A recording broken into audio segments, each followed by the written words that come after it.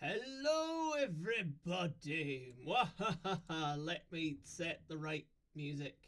That's not it. You could tell it's been a little while. I 100%. That was the wrong one again. It's been a while.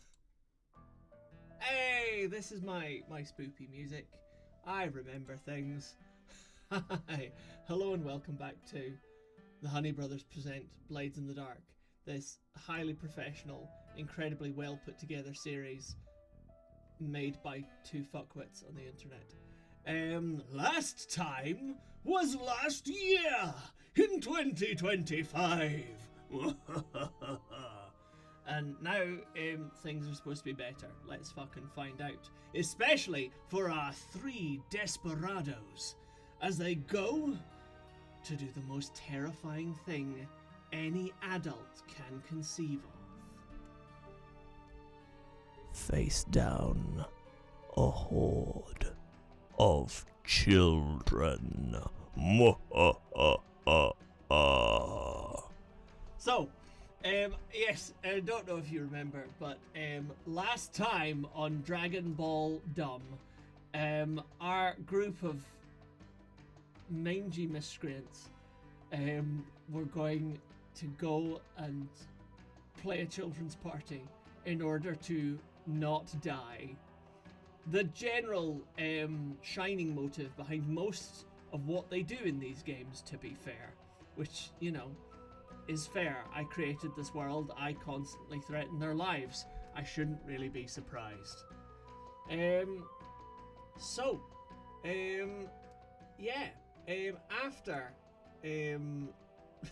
After Arty decided to fuck with the boys, and the boys did not appreciate it, it turned out that a message had been sent from their,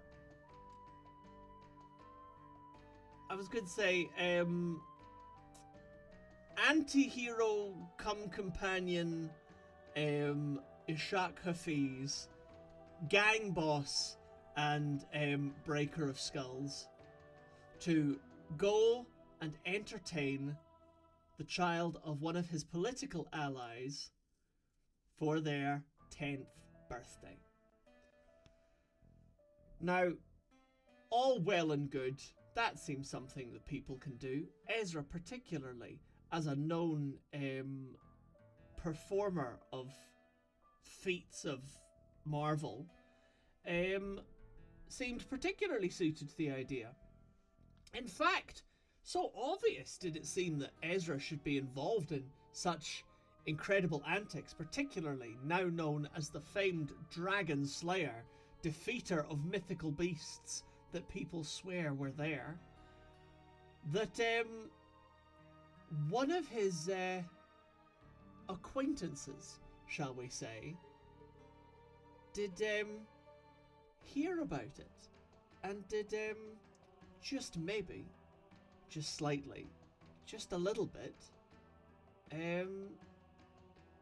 take advantage.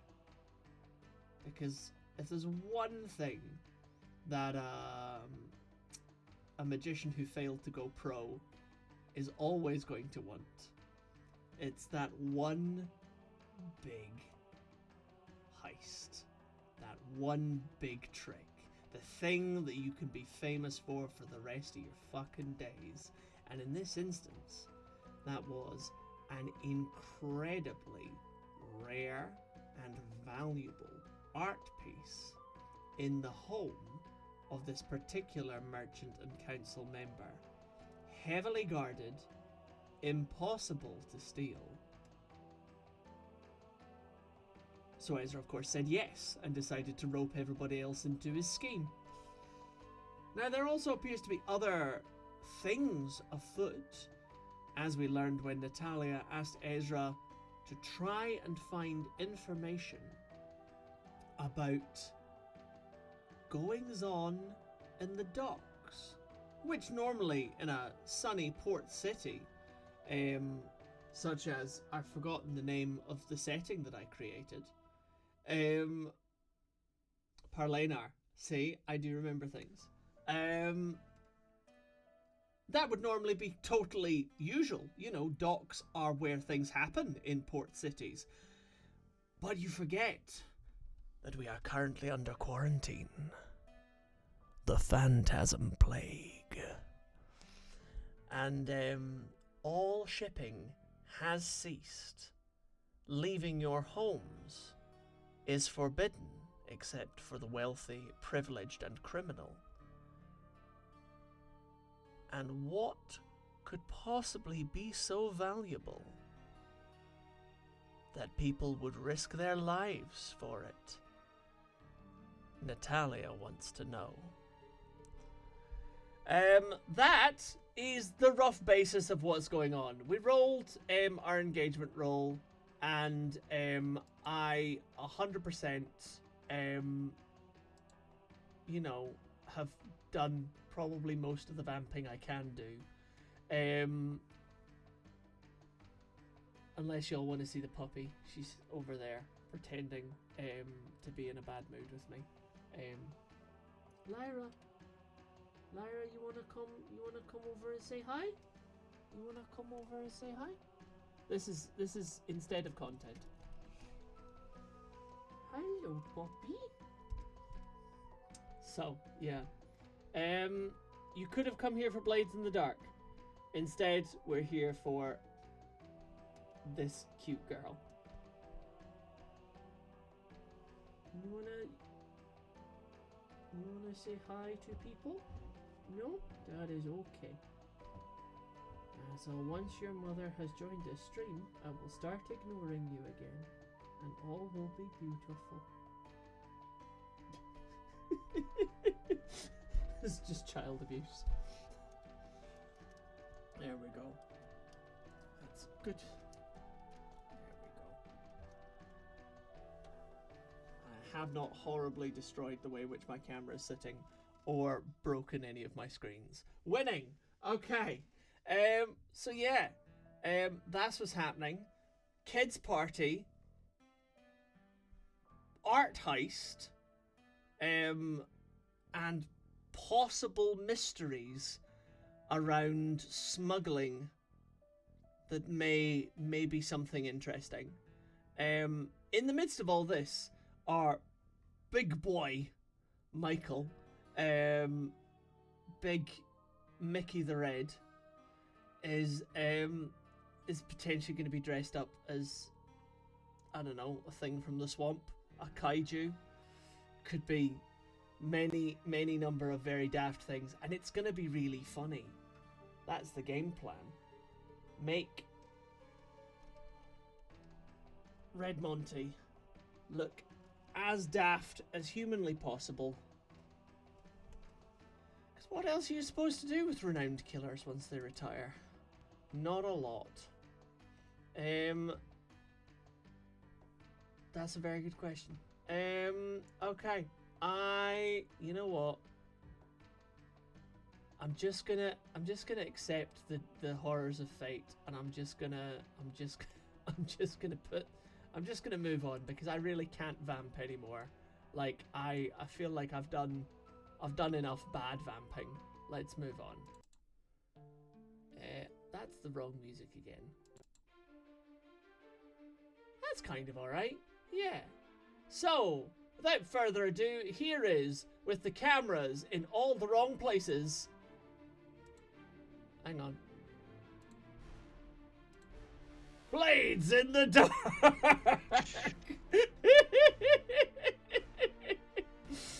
Hello. Hello. I am Arty. Oh, wait, let me just... The top half of Fraser will be playing Ezra Abagini. The bottom half of it will be playing Monty Sharp. I'm trying to stay in my box here.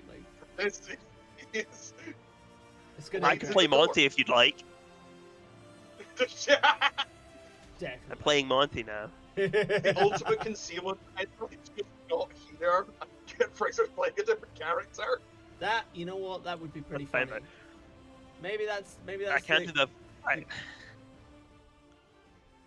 Remind me what Monty's voice sounds like? He sounds like this, boss. very kind of He dark, sounds bit like dark. this. Way too high. I'm Way Monty. too high. I'm Montague Sharp. Fuck. You gotta put the bass There's a reason in. I don't. There's a reason I don't do voices. You really don't, Fraser, honey. I'm so sorry. Really, it's like. Okay, it's, no, look, it's fine. I'm Ezra again, and Aye. he sounds remarkably like Fraser. That's all good. I mean, the real It's like- question is, can I do Arty's voice? Can I remember what Arty's voice sounds like? Can you do my voice? Can you do? No, yeah, Can you do could- my voice? I feel like the problem with trying to do Fraser is like I go too neutral and then you lose like the little inflections. I'm not a good impressionist, to be fair. Like of people. Impersonating people's actual voices is insanely hard, and I've got a fun fact about this Oh. from one of the great voice actors of our age. One Mr. Billy West, who you might know Legend. as the voice of Fry, Zoidberg, Zap Brannigan, basically half the cast of Futurama. When they were originally making Futurama, and it was a small show, it was a small production, Billy West did not think, was just like, there's a solid chance I might get kicked off of this and it might not go so well. So what he did was he made Fry's voice basically his own speaking voice. An actual speaking voice, so that if someone tried to replace him, they would have to be trying to do an impression of him. Because impressions of genuine speaking voices are insanely hard to do. Most people either do exaggerations or they underdo it, but it's so hard to get an actual speaking voice spot on. Yeah. That's why Fry's voice is so good. Absolutely. It's so like. That's the reason why Fry's voice is so iconic. iconic. It's just Billy West's speaking voice. Yeah. It's also the reason why you don't recognize him as any other character. Yeah, because he never uses his own voice ever again. It's pretty Because good. everything else is an impression. That's actually what he sounds like. I feel like voice actor, like the best voice actors, you never recognize. You know what I mean? Yeah. There are some voice actors that you hear their character speak and you just immediately realize, oh, that's that person. I mean, I think it depends. I've learned to recognize Matt Mercer at this point, but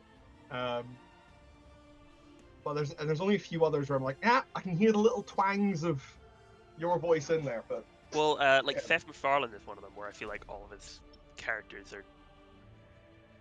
You can tell he has like a certain twinge to him. He does, but he does have quite a good range for sure. Yeah, Not that he's a bad voice actor at all. No, Seth MacFarlane is a very talented voice actor. I go back and forth on him as a writer because, on the one hand, Family Guy can fuck off, but on the other hand, The Orville was really good. This is the thing. He's a very talented writer.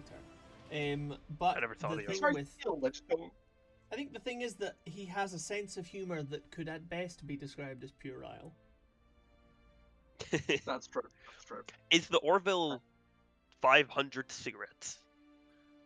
Yes. It's the only thing I know about it. It starts off as, we're doing like a Star Trek parody, and then just kind of morphs into like really good Star Trek. It's very good. And it's just like, this was made by people who actually get it. Yeah. Like, oh shit, this went from parody to the real thing. Well, the best without parodies being- are people who like really, really understand the source material. Well Yeah, I done think parodies that's- are, yeah. Yeah, one of the kind of the secret arts to parody is very much like a great deal of faithfulness to the source material. Yeah. I feel like The it's reason why not Weird Al parody. works. Like it's. I feel like it's just making fun of it if it's not faithful to the source material. You know. Yeah, it's parody and taking the piss There's out. like a line there. Yeah, exactly. And again, I think Weird Al Yankovic, the absolute master of it. Indeed. Welcome That's a man to respectfully three put white through. guys Three talking white- about movies and TV shows. Hey. Hey, you know what we could do? We should start a podcast. Hey! Ah! Fucking damn.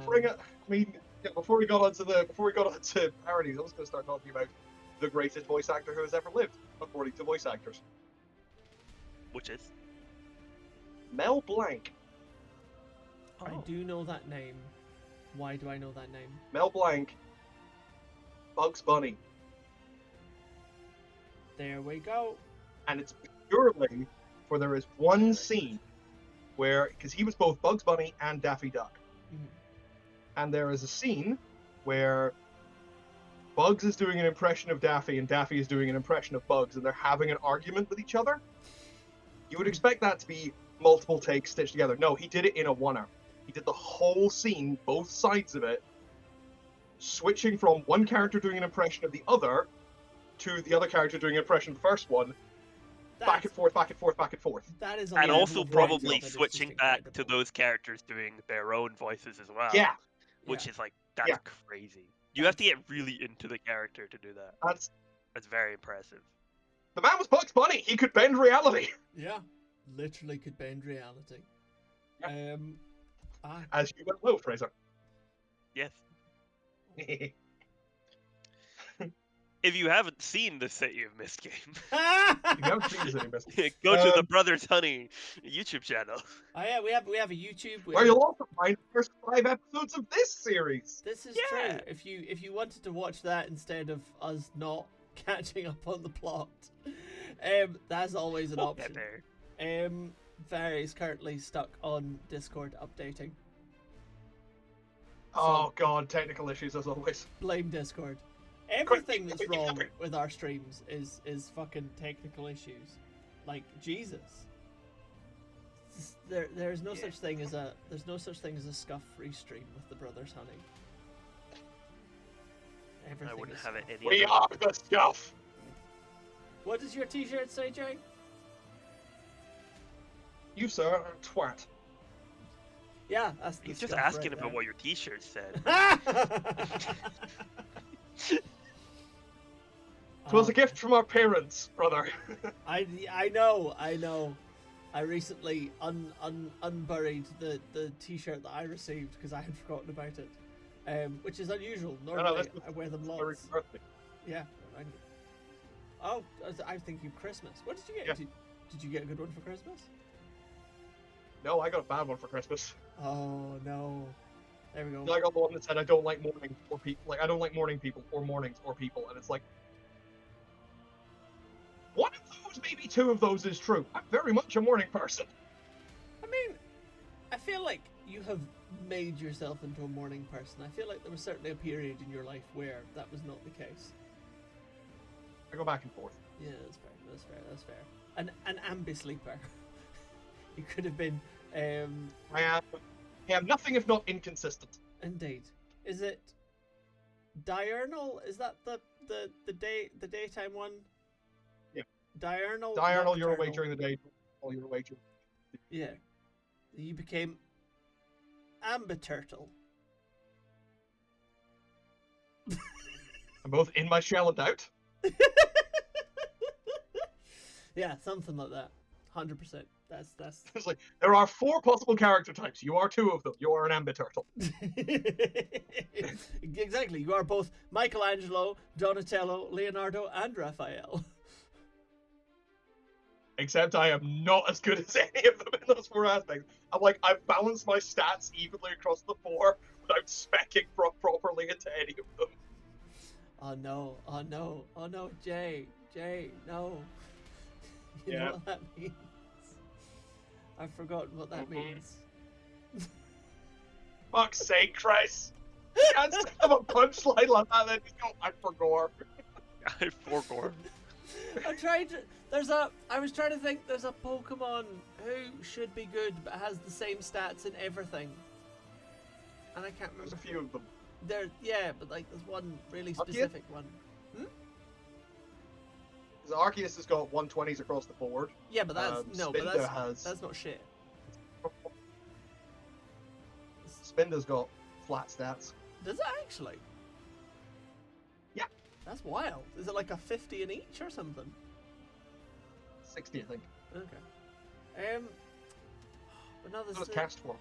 someone like Flygon or like one of these Pokemon that like you want to love, but it turns out they've just got like 80 or something in everything, and you're like, wow. Sweetie, you are not narrowing it down.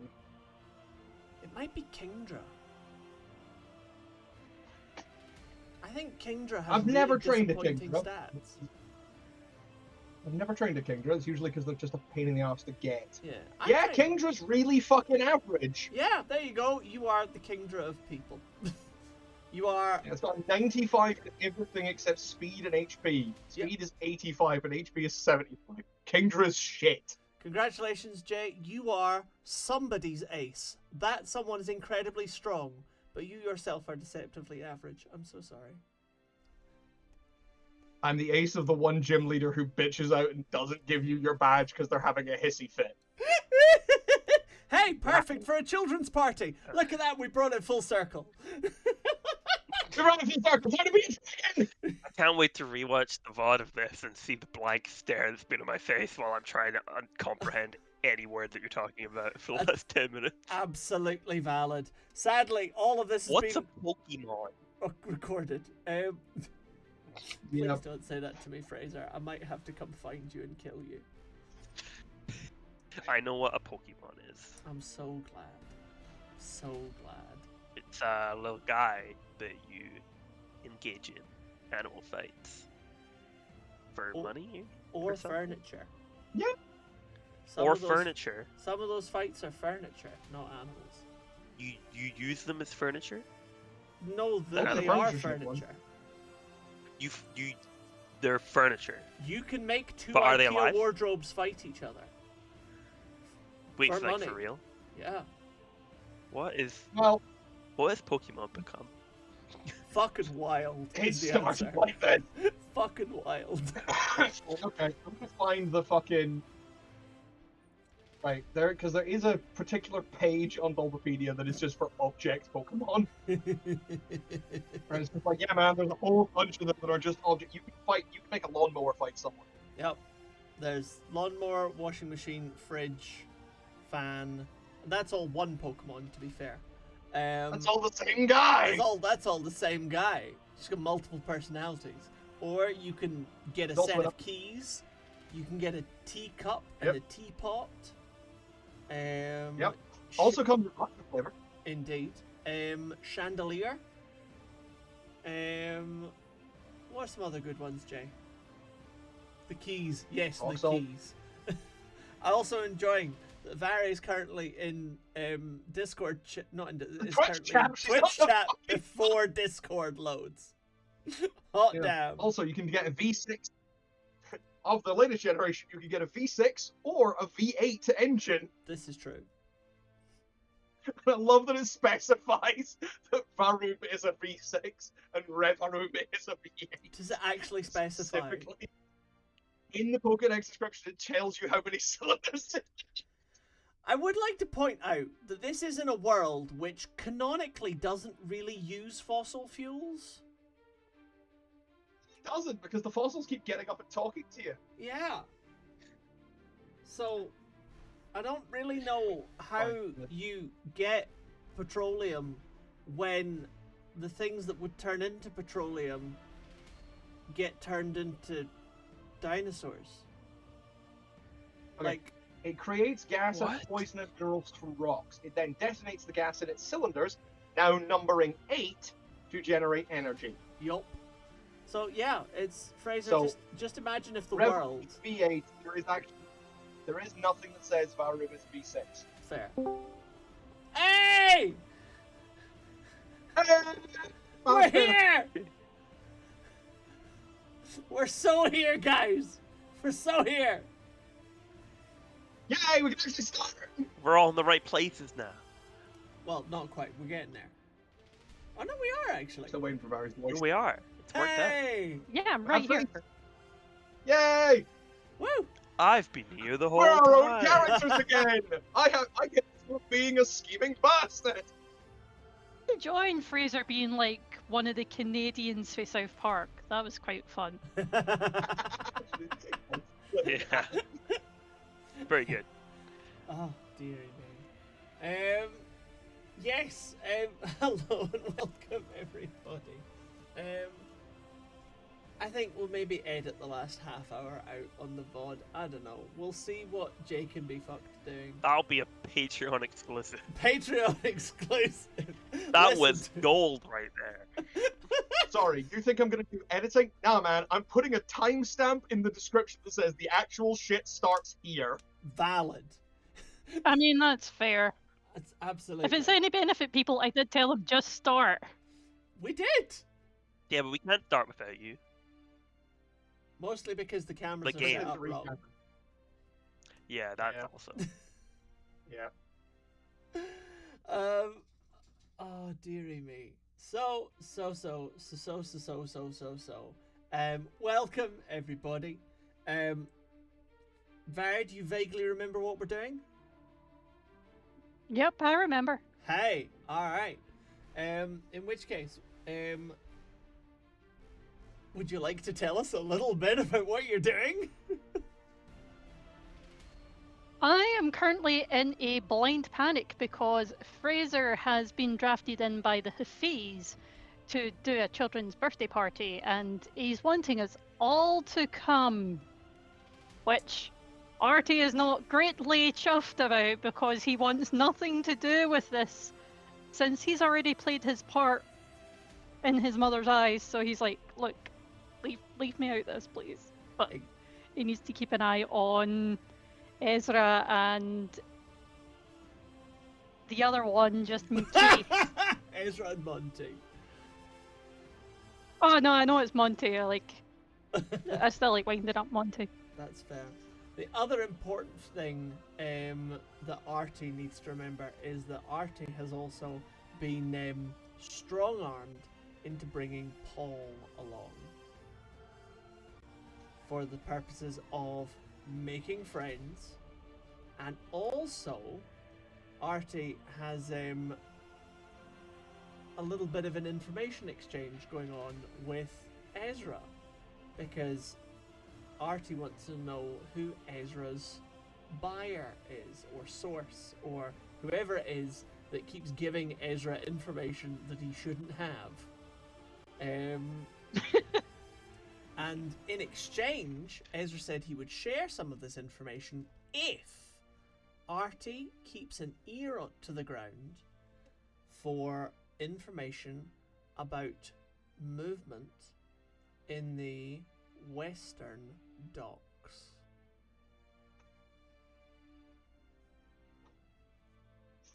I remember that now. I think Arty was also curious about that on their own because there's a quarantine, someone's moving stuff in the Western Docks. I think Arty likes to know things Arty does when like they're to know going things, on. I believe. So yeah. I said I would give you a lead that you'd be interested in exchange for it if you hear anything more about it, because you have connections that you know, keep me in the loop, basically.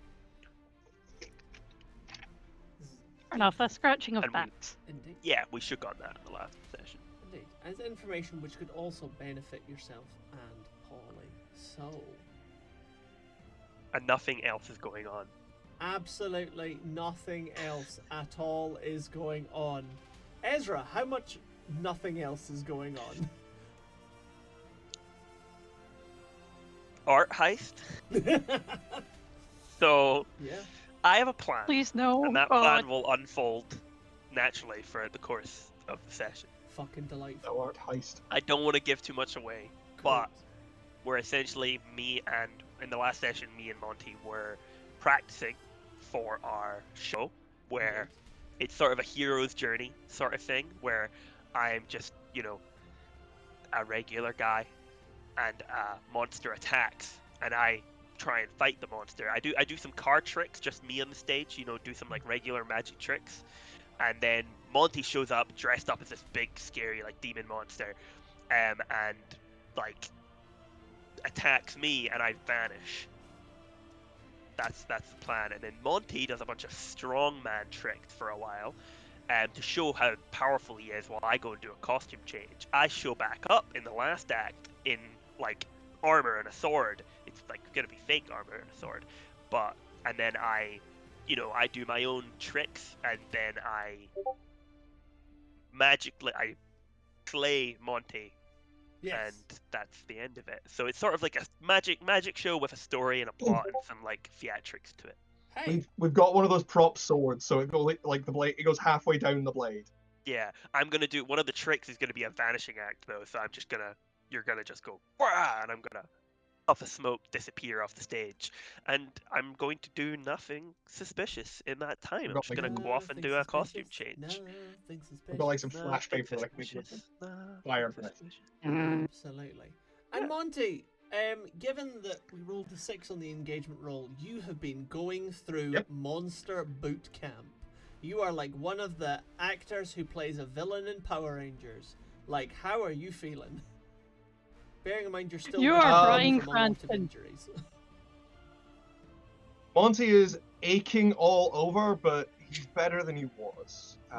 His worst injuries have healed, so he's no longer debilitated, but he's definitely not up to any more insane levels, insane feats of strength. Like, he could do like regular stuff, but he's not going to be punching anyone across a building. Enough to impress a group of kids. He's definitely still strong enough to impress children. Yeah. He's been gathering, he's been practicing his great roaring. He's fully in his his Uncle Michael entertain kids mode, because Monty assumes that this is okay. Arty has some connection to Hashak Hafiz. We have done him favors. We have benefited from his clemency. He sheltered us when that thing was charging down the tunnels. And this is basically us doing Hashak a solid. Yeah. Somewhere in the back of his head, Monty assumes that Arty is doing some kind of wheeling and dealing. There'll be some kind of conversations or something that are happening, but that does not concern me. Valid. My only job here, as far as Monty knows, his only job here is to entertain kids, and he's very happy to just be doing that. I mean, Yeah. I am excited for that. We had chosen our load. We've rolled our engagement roll. We've done our prep. So we are actually just gonna go straight in. I was yeah. hoping the engagement role could help me with something I want to do, but I can't really pitch it until we're there and Can we do starting. Sorry, I'm just not for- sure there's a lot of things that could help you, Fraser. There's just one for thing. the benefit of the tape, do you mind if we go back over that and just say what we have? Yeah, absolutely. Because we rolled a 6 for the engagement. We did. We're we at a did. 6, which is the best we can do, Yep. essentially. I'm going heavy because Yep. I'm bringing all this shit for entertainment purposes. Ezra has I'm gone carrying the bags. encumbered. I'm going heavy. I've gone encumbered because we have a bunch of cases, so I can reasonably have as much items as I can. Yep. And the best Yeah. thing about it is it doesn't look that suspicious because of the scenario that we're in. It's all in flight cases. And all Arty in is flight going in cases. light and unimpressed. Unencumbered, unimpressed. Indeed. I Not want burdened. my sins to be as light as my load. Cool. Just wanted So to. yeah, that is where we at. And in terms of remembering what the fuck we did last time and what the fuck we're about to go into, we're just gonna give it the fucking go. So, let's go. Our camera pans down across well-tended gardens, topiary trees, and armed guards as the four of you, enter separately. Arty and Paul are taken in through the main entrance as guests, part of the well-to-do coterie. Although this is a children's party, every occasion is a political occasion, and you two are very much political guests of great interest, having been brought in by a head of family from the other side of the fence. An unusual and unlikely partnership with the Hafiz family, who are known to be honourable, if nothing else. Whereas Ezra, you with a suit over your shoulder, and Monty with 3 flight cases in tow, arrive at the back servants' entrance, where your credentials are checked, and you are invited in to basically kind of deposit your shit in an antechamber. Shown to where the performance will take place. A small stage has been erected in a room that's realistically about 60 foot by 40 foot, and filled with around about 20 children, ranging in ages from about 8 to 12.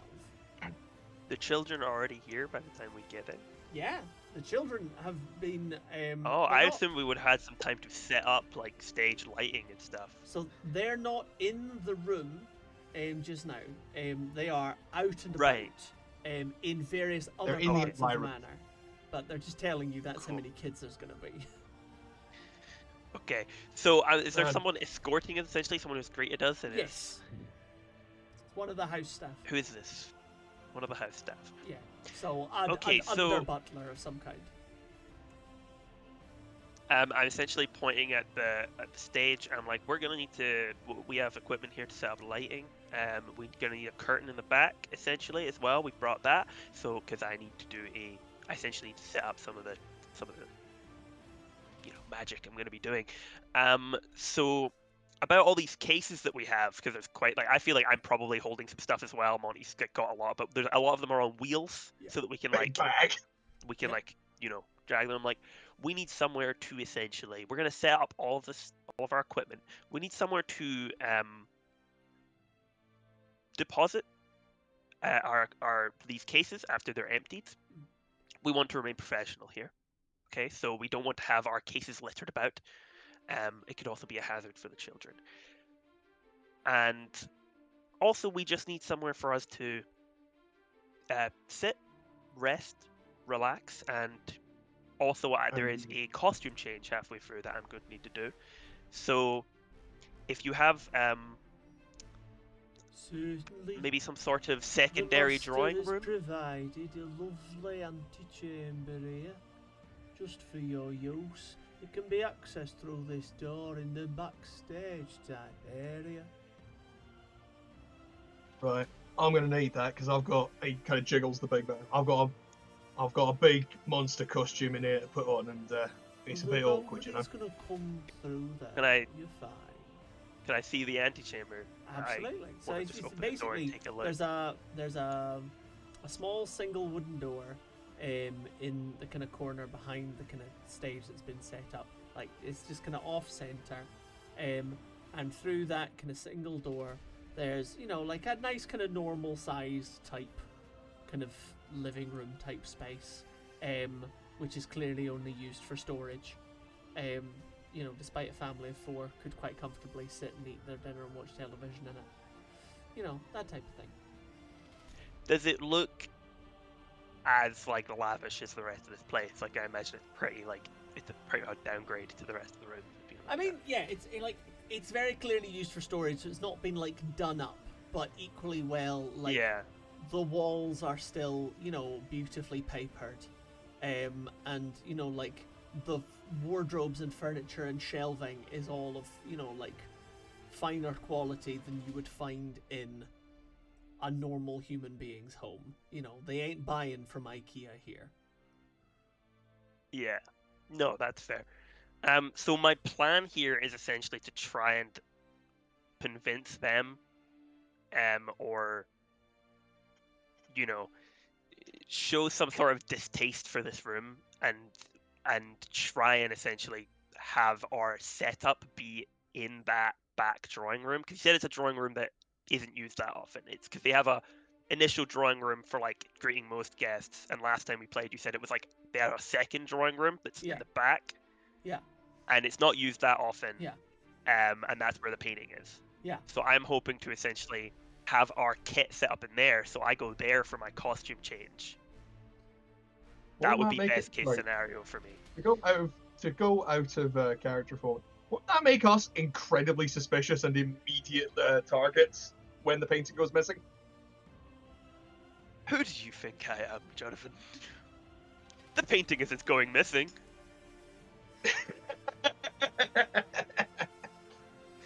I have a plan.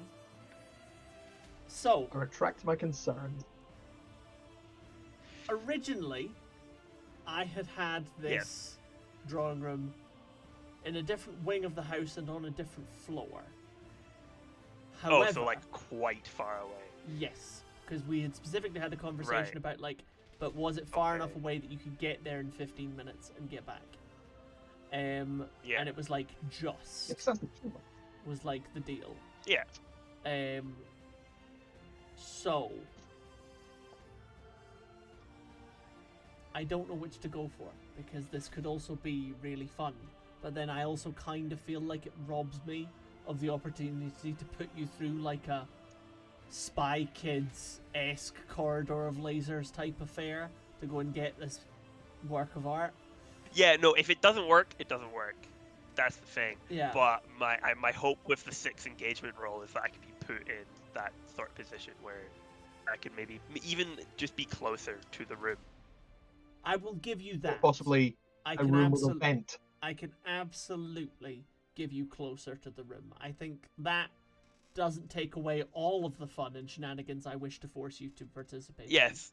Shenanigans must be adhered to. Shenanigans must be adhered to. They are a strict tenet of this religion that we engage in. Okay. Duty then. is first and foremost to the bit. First and foremost for the bit.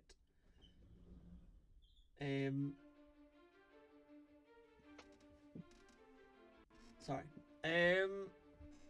Very distractible just now. Okay.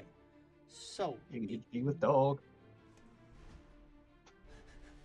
work.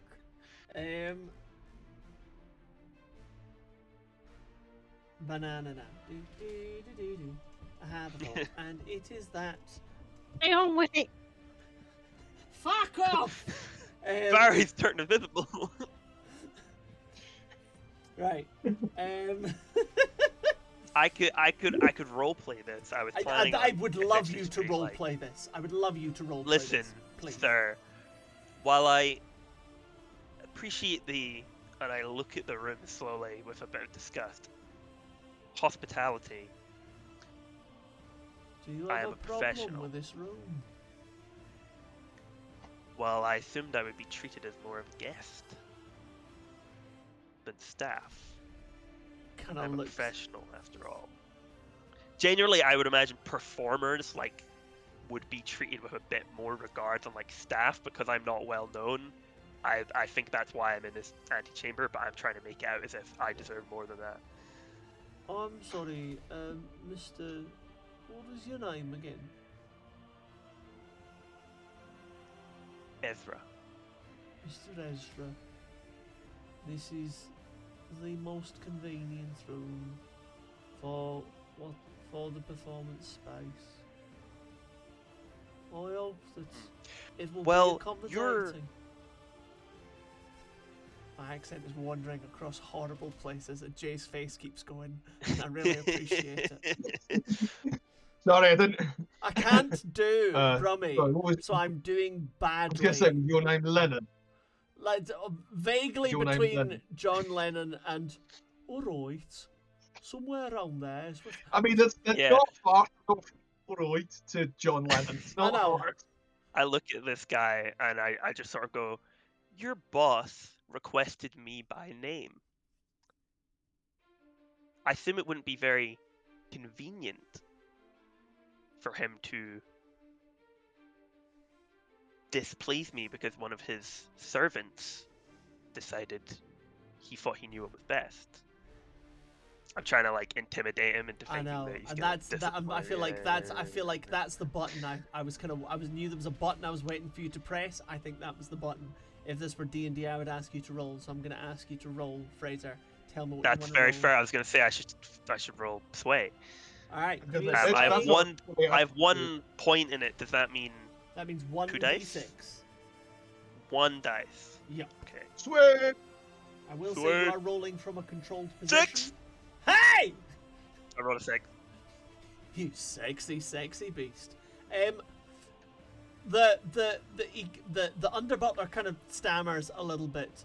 He kind of thought he was gonna put you in your place, and then you just came in and were like, me and your boss, we're tight.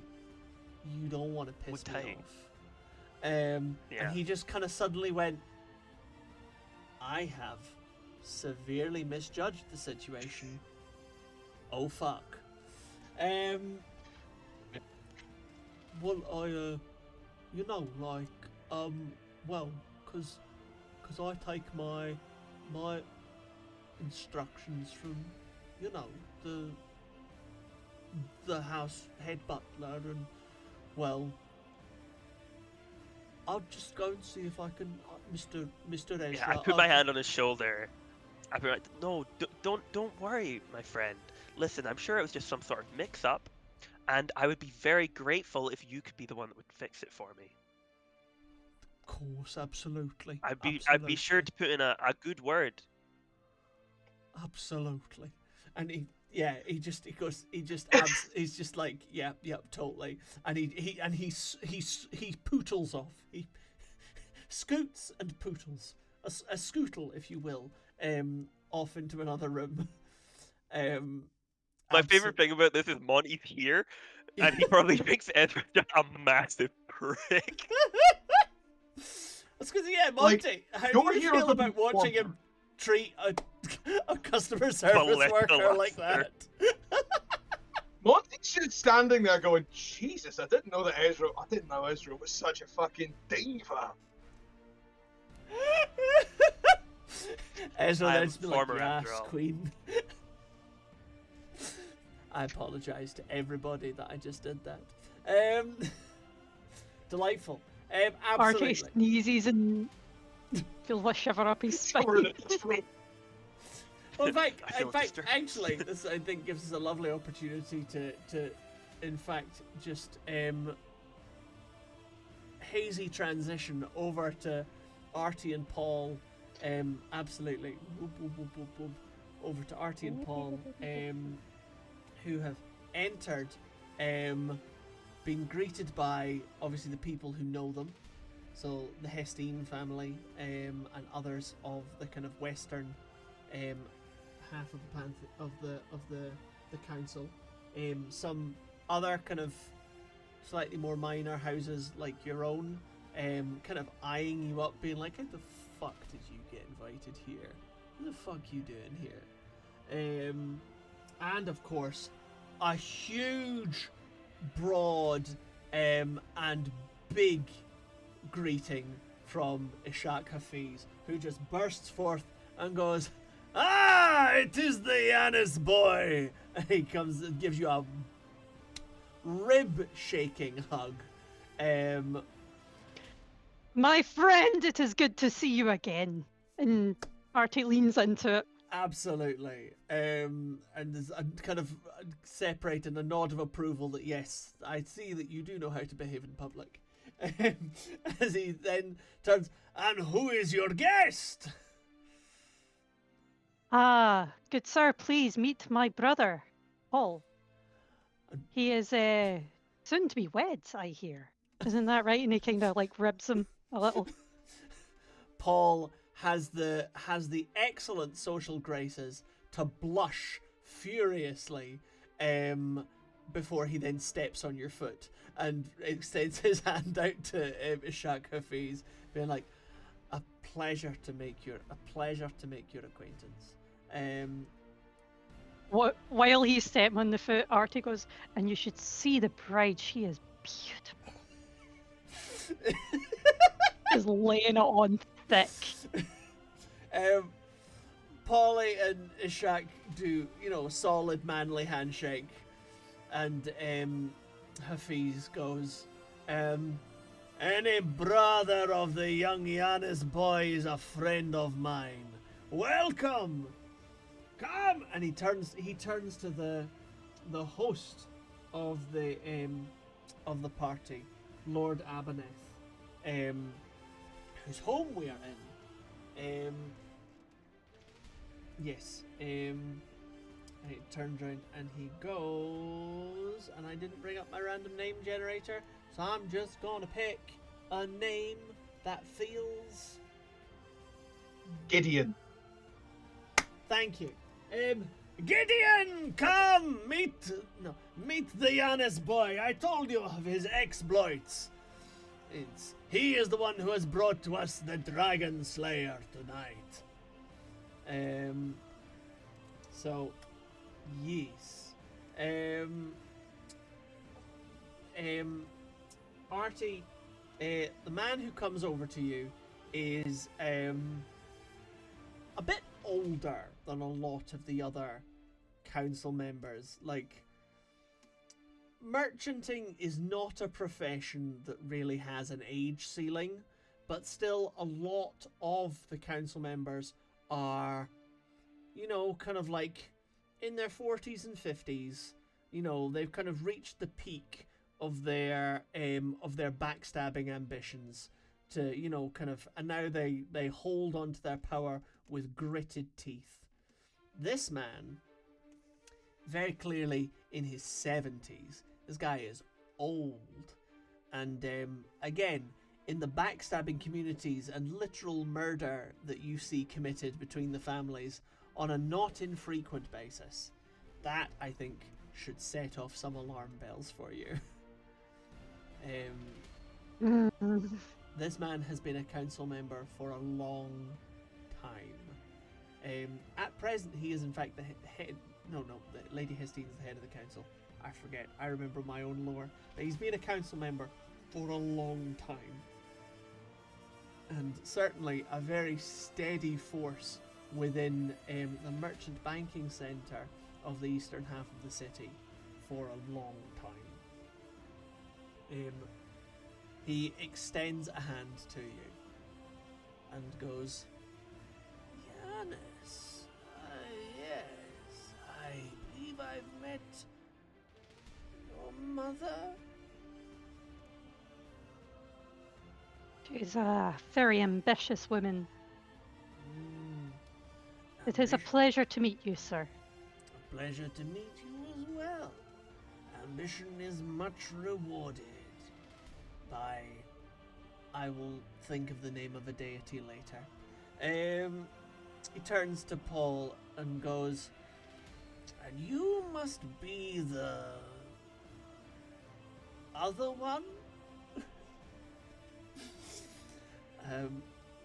And again, Paul, with excellent social grace, doesn't immediately, bitch everyone out.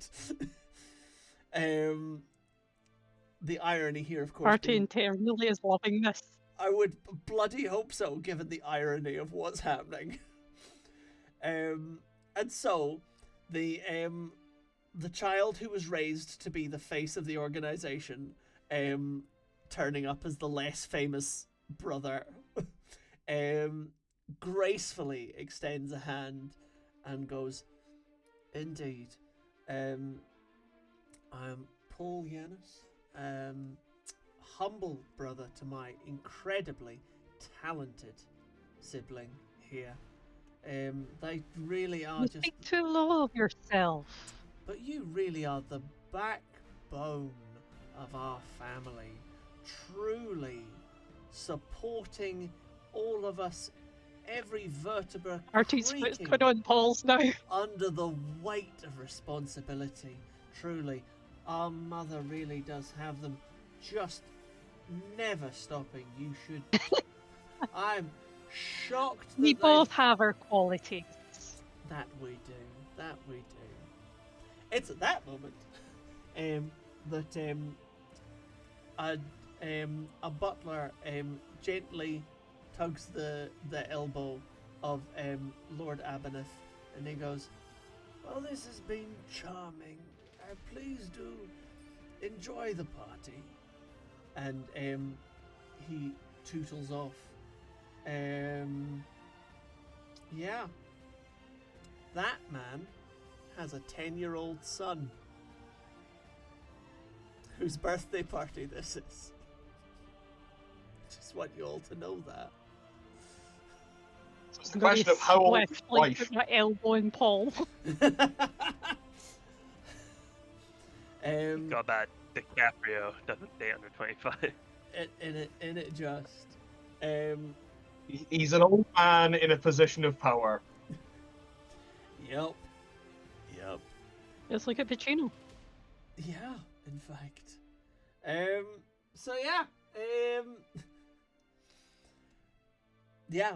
Paul takes his elbowing with good grace.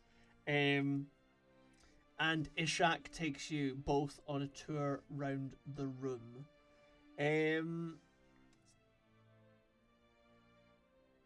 And Arty, because I'm going to just say that you would rather pay attention to where the Lord of the House has just gone, because he only went a little bit to the side. You do overhear just a little bit of a... What do you mean the antechamber is insufficient? How many props did this damn magician bring? Oh boy.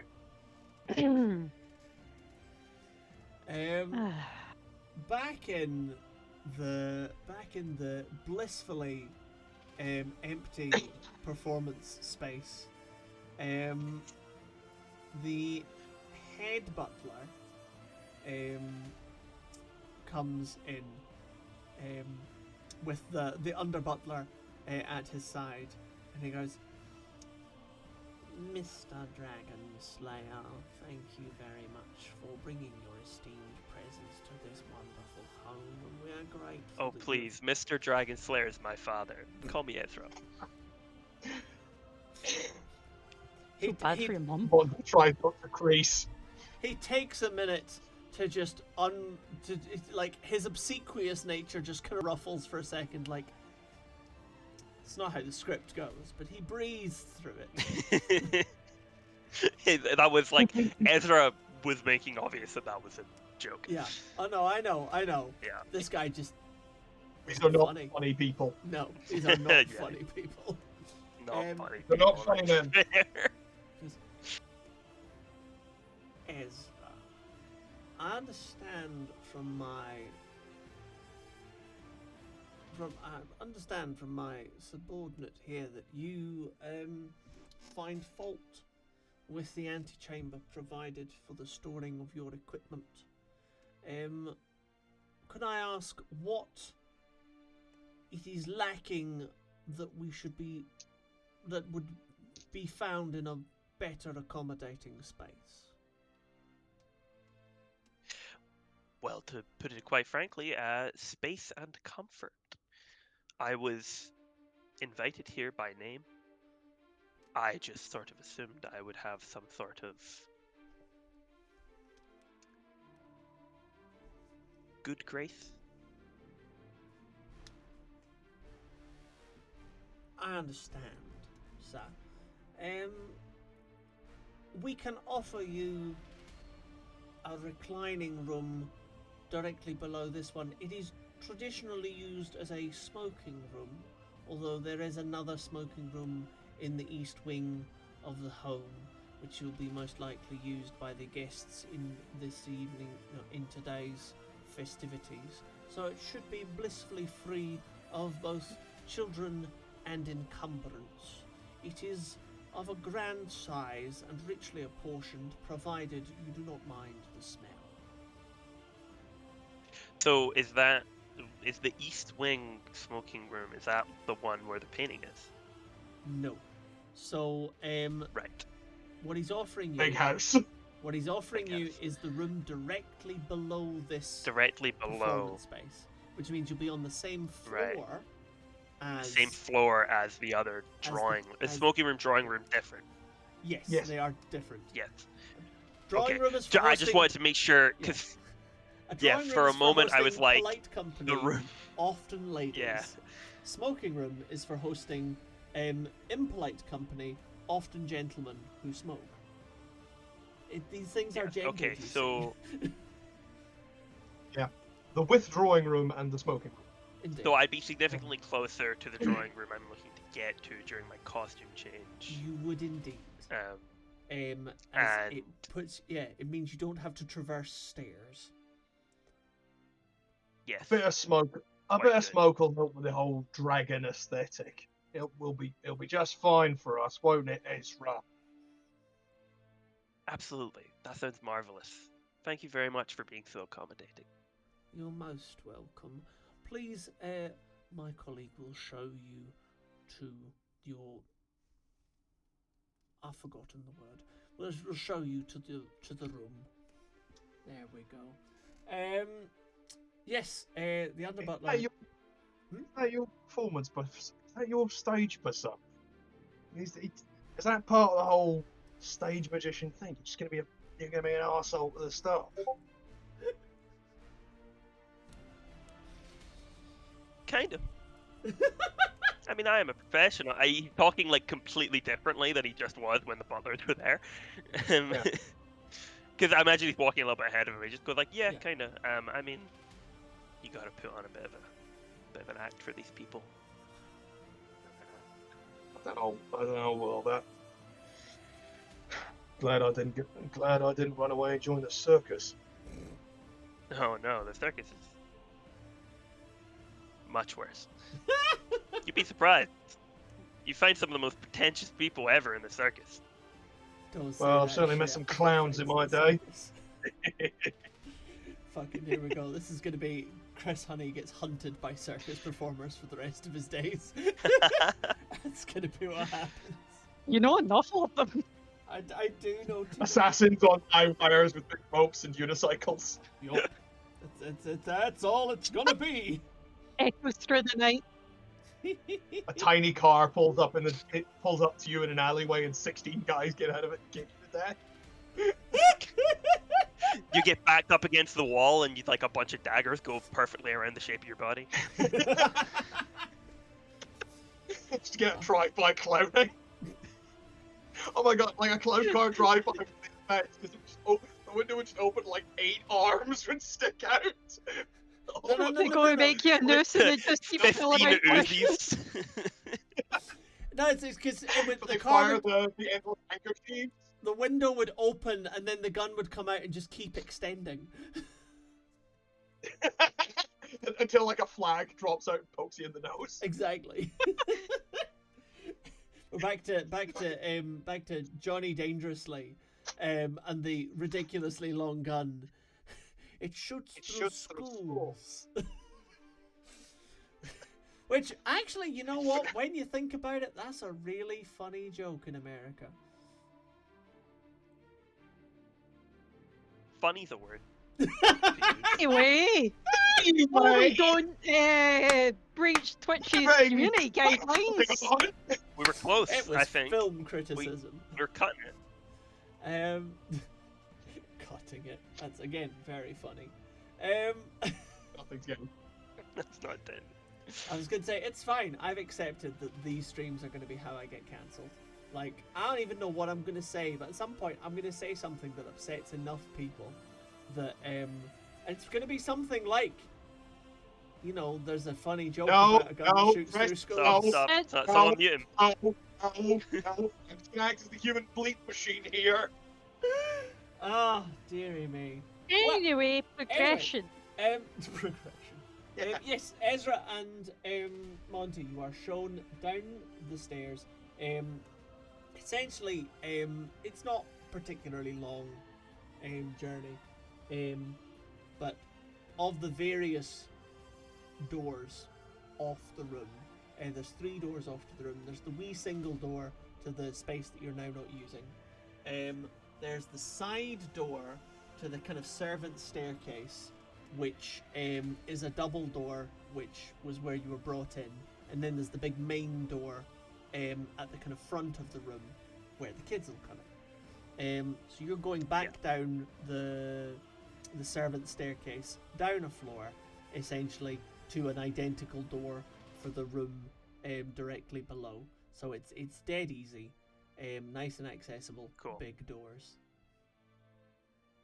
Perfect. And a well-apportioned room, with lots of. So we leave cozy all our things stuff to sit in. on. Yep. Well, obviously we set up the stage first Mhm. before we take all the kit downstairs, because we just want somewhere to leave the boxes so they're not clogging up, and we also want to, you know, relax a bit before Yeah. the show starts. Absolutely. And it takes a while to put Monty's costume on. Yes. Yeah, I help Monty with his costume. It's red scales, basically, because I'm the Dragon Slayer. You put the head on the wrong way around. Oh shit! There you go. Let me just. Should we do a test of the smoke machine? Smoke machine. Here, so you see right here, and I point at like a bit in it. Like you bite on that, and that should make the smoke come out of the machine. Just hold your breath for a bit. When you unclench your jaw, it should stop. Okay, but am I supposed to roar and try to roar with a sail on? Well, you don't roar as the smoke's coming out your nose. You roar afterwards. Oh right, yeah. Sorry, Yeah, script, yeah. script, yeah. Whilst I'm they're new at doing this, that- mate. You just want little. Yeah, we're just prepping shit. I'm putting on my peasant costume. Excellent. Yeah. Arty. Right, just for shit, giggles, Chris. Yep. Yes. Can I tick off a box of blows Sure. or a scary weapon or tool Yes. to help just enhance the terror of this? Absolutely. costume. What do you have in mind for a scary weapon or tool? Originally, A I was dragon thinking would something have. kind of bear trap like for the jaws, so they go. "Arr!" Okay. I've got big metal fangs. You're just prepping in case the fight breaks.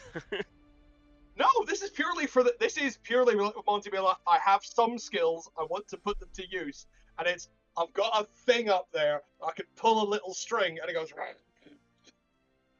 I like that, to Why be are you honest. bringing a Big bear snake, trap otherwise to we a have big children's scary- party?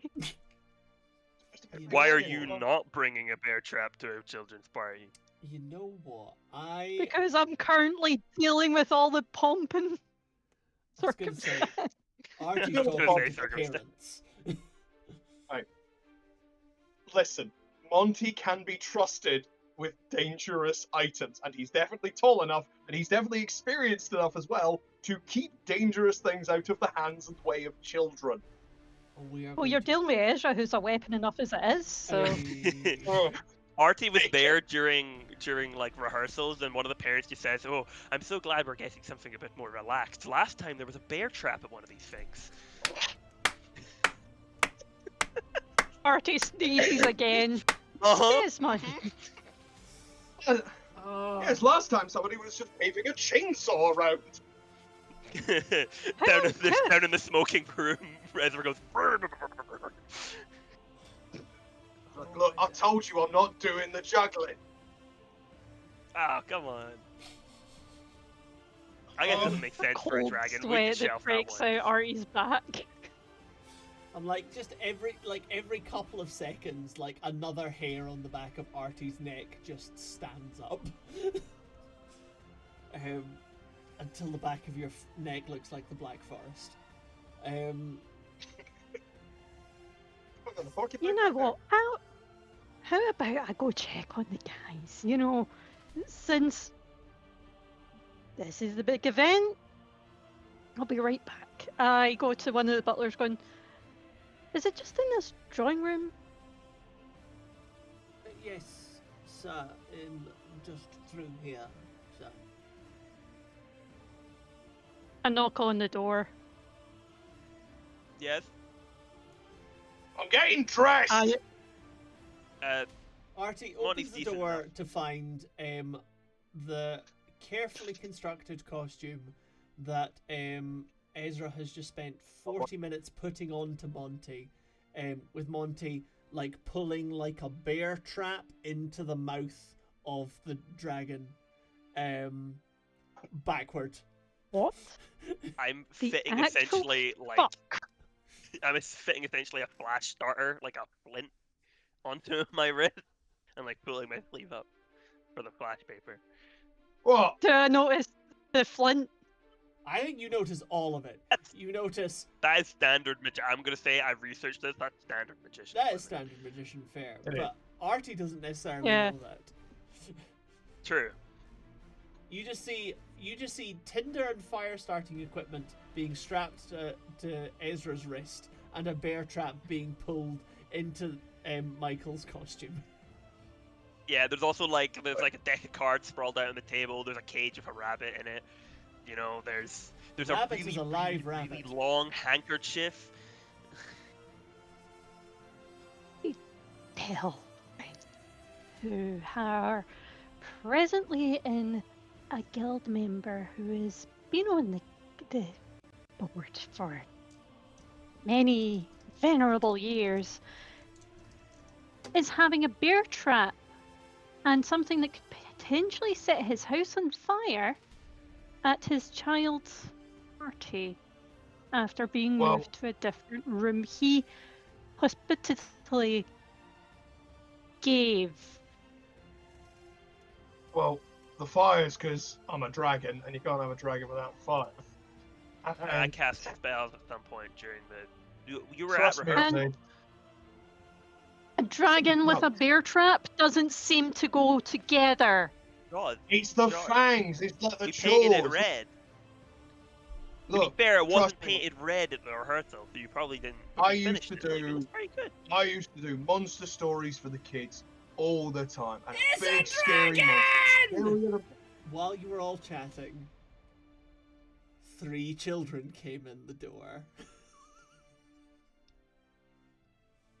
Arty, get them out! I'd cover him up. Oh yes, children. Is one of the children the birthday boy? Yes, the ringleader. Yes. The one You who rolled a 2. screamed. Yes, Jay? No, I haven't rolled it yet. Can I roll commands to try and scare them away? Absolutely, you can. And can I, using my scary weapon or tool, get an additional dice to make this extra scary to spook them away? Is one of them the kid though that we were? The Yeah. answer is yes. Yeah, The one who awesome. screamed is. The answer, Jay, is yes. But understand that if you succeed, you will actually scare the shit out of these kids. So, fun thing about that, Chris, Uh-huh. a little stipulation of my currently injured state is that I have less effect. You cheeky That's dick really waffle! Okay! I think. Go for it! What? Fuck yeah, baby! Take an extra using my D two for new standard 20 dice. effect, apparently. My lizard That's the- and my prehistoric amber dice. Let's go! So Perfect I've for a got dragon. one in command, so I'll be rolling 1 dice normally. Yeah. I So the really extra want dot- you to your get extra like die. a 3 or a 4. I just need you to Yeah, know. I- one. If I get a 2, the head falls off. The bear trap just goes. Boom. So I got a 2 and a 3. Ah! Freeze. I got a 2 and a 3. Okay. No, I got Not this. good. So, Oh, good. because you are kind of crippled, like not like crippled like normal people would be from your condition, but definitely like that slow way that people move when they're really tender all over, you know, just like that. So you kind of do that in a kind of like slow, laborious kind of like get the costume up to like roar at them, because you're not giving it 100%, and you're not really like ready to like just jump into fun Uncle Michael mode. Like, you're not there, so you're just kind of like, I've got an idea. I panicked. Oh, And the jaws don't fall forward out the costume, they fall back into the costume. you bastard. At the point where you say that, the birthday boy goes, "You said a bad word!" The dragon said a bad word. The dragon said a bad word. And the kids run off, fucking ending themselves. Unless you got something, Fraser. No, it's too late now. Arty, Ezra just looks at Arty like gestures. Sorry, Come I on. panicked. No fire. No bear traps. And he walks out. Excellent. Ezra walks out after Arty and goes, Arty, listen. We both No, have you our listen. own You skill are sets presently here. in a. We both have our own skill sets here. I am a performer. I have been asked to do a show. This is perfectly safe. I've done it 1,000,000 times. Explain to me the safety precautions you've taken with the bear trap. That's his problem. Listen, worst thing that happens is his Ezra. head comes off. I He's pull just Ezra honest. in by his collar, going, "No, What's wrong with Ezra, me? that is your problem. Consider get- the location you are in. No one's jumping up Think on of the stage. power imbalance that is around you. You are presently dressed in your status, remember." Think about what will happen if I disappoint this person. I have Oh, I don't need standards. to think. You can get as physical with me as you like, and it's not going to change my mind. The only way this isn't going exactly the way I planned it is if you cancel the show and you can go explain to the boss why that's happened. Oh, Got a I'm problem? not going to cancel the show. I'm going to take my name off it. Go for it.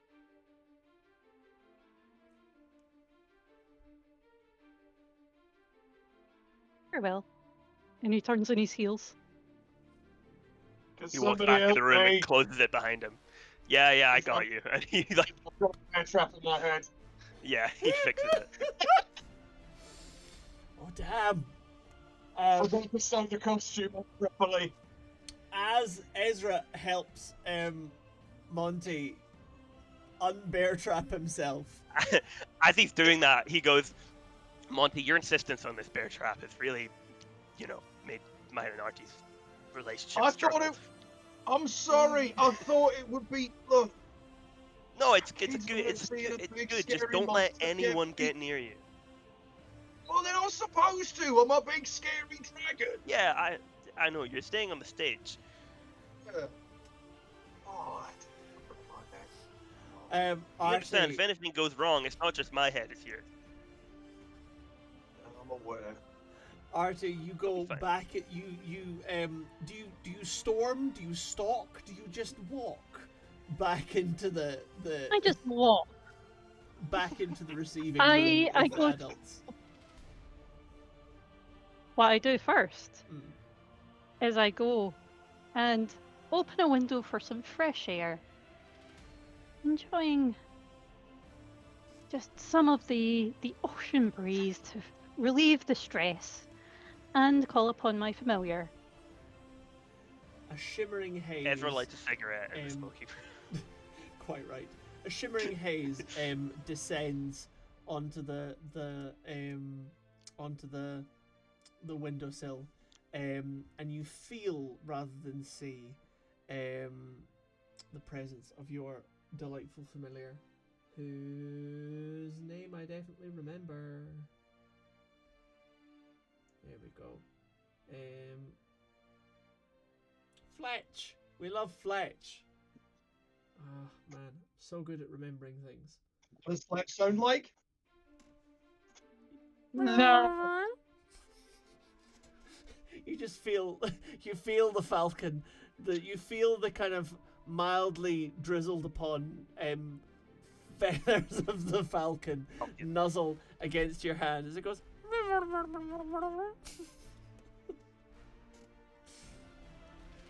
Hello, friend. I need you to do me a little favor. Stealthily, if you may.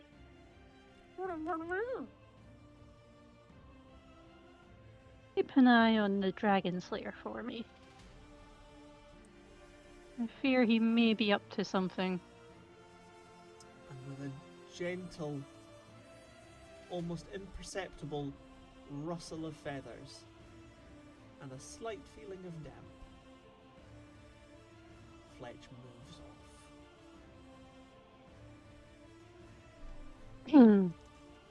Arty then straightens his waistcoat and sorts his sleeves, grabs a glass of wine off one of the trays, and makes his way to the Hafiz and that social group.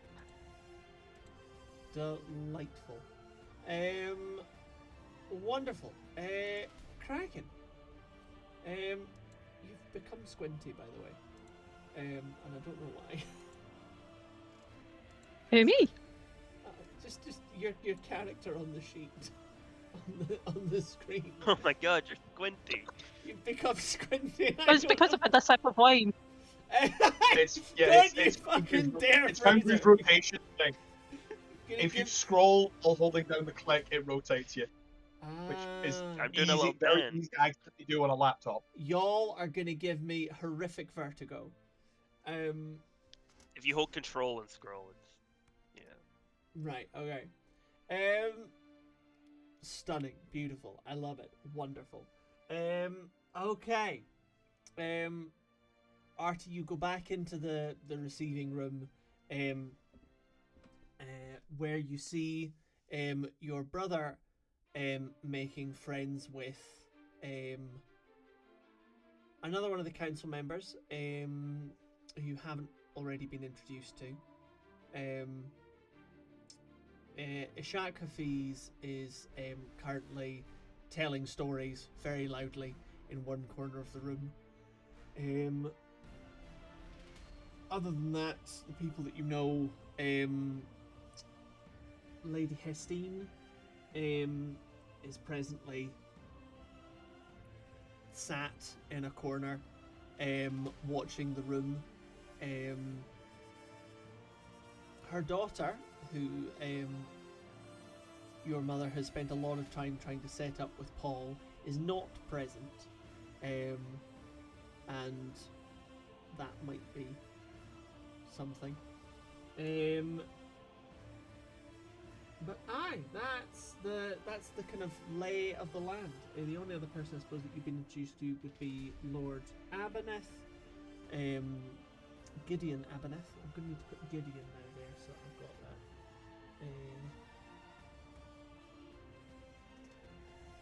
Every time I think Gideon, I just think of Legends of Evandris, and I'm like, oh, you were strong then. You know, this guy is not, however, body-blowing clowns yet. But he's he's just kind of milling about, going from person to person, checking everybody's having a good time.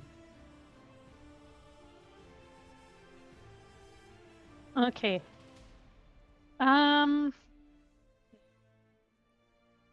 to play this?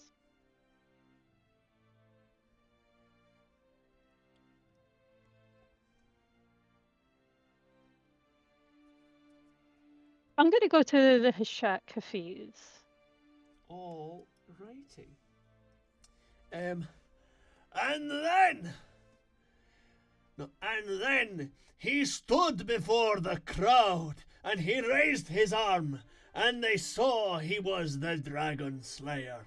Truly, it was an incredible fight. Ah, and here is in fact the Yanis boy, the man of the hour. He slaps you back again, shatteringly. Truly, this man knows how to organize a fight. The stadium was packed, the gambling was exquisite, and the competitors. Truly, we were not prepared for how good an event it was. Now, if only he hadn't turned into a giant monster, then we could have enjoyed the whole spectacle. I'm glad the event was to your pleasure, as always. That was one of the main goals of the night. But of course, the main event, getting to see you.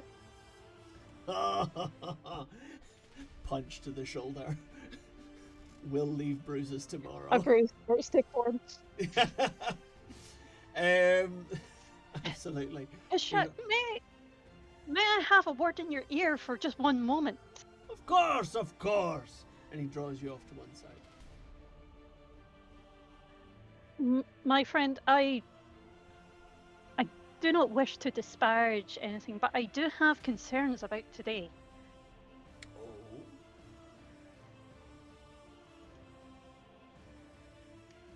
I fear that the entertainment may be a little violent for the kids. I saw the Dragon Slayer bringing implements, and I'm sure the council would be most at ease with such events, but I do worry for the children. Ishak seems to kind of stop and ponder this for a moment. You are the last person he was expecting to hear this from.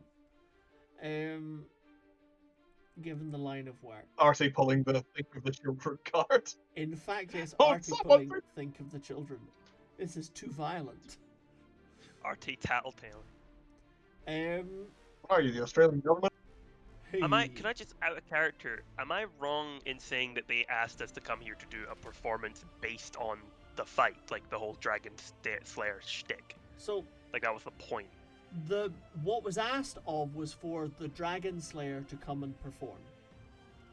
There was no specification beyond that. Yeah, exactly. Yeah. So I just need to make sure that if you tell kids it's a Dragon Slayer, they're gonna want to see a Dragon Slay. I just want to make sure that like I could back up Ezra's position here, and I'm not forgetting things. No, I think you're fine. But yeah, Ishak's face kind of sits and he ponders. Let it play out. Yeah, he sits and kind of ponders for a moment. Goes, I suppose the children are only... maybe not... They're not grown, so maybe they shouldn't see any too much blood or...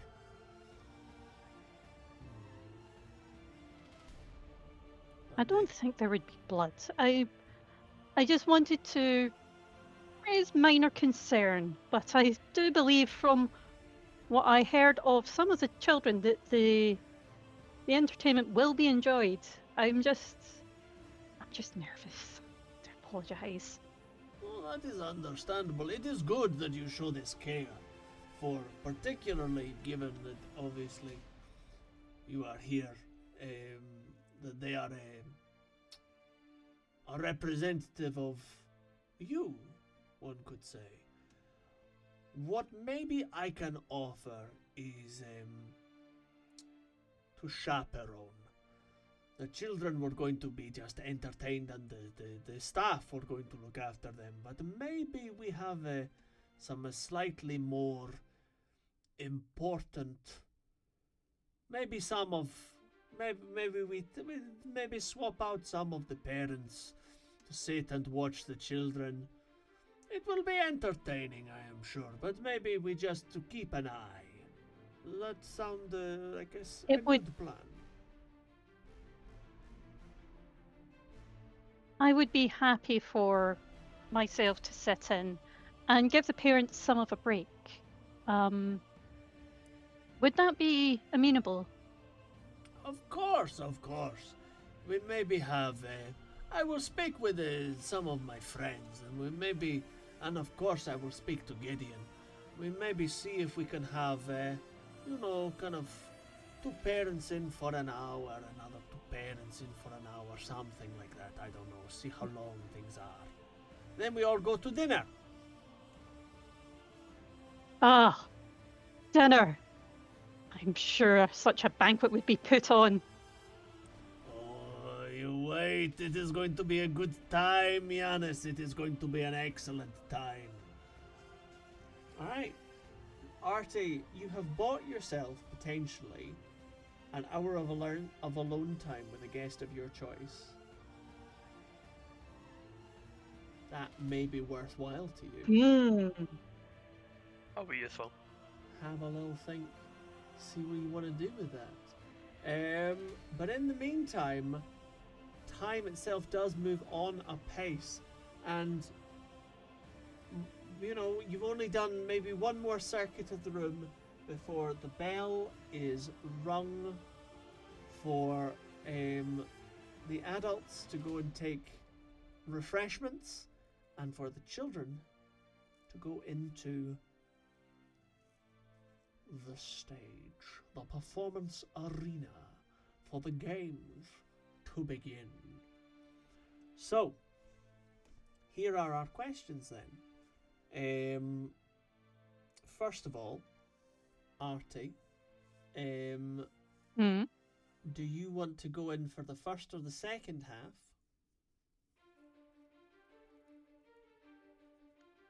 Second. Okay. Ishak Hafiz is going to go in for the first half, and he is going to go in and sit with Paul.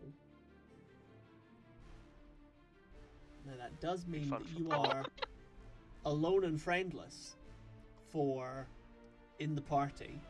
You're going to have to go and make your own way. But That's fine. yeah, Gotta go your own way. but it means that Making my way down.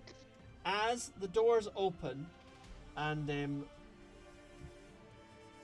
you hear the sound of a now slightly familiar obnoxious child going, yeah, I saw the dragon, and he's not actually that scary. Actually, he's really stupid, and he smells. Followed quickly by the sound of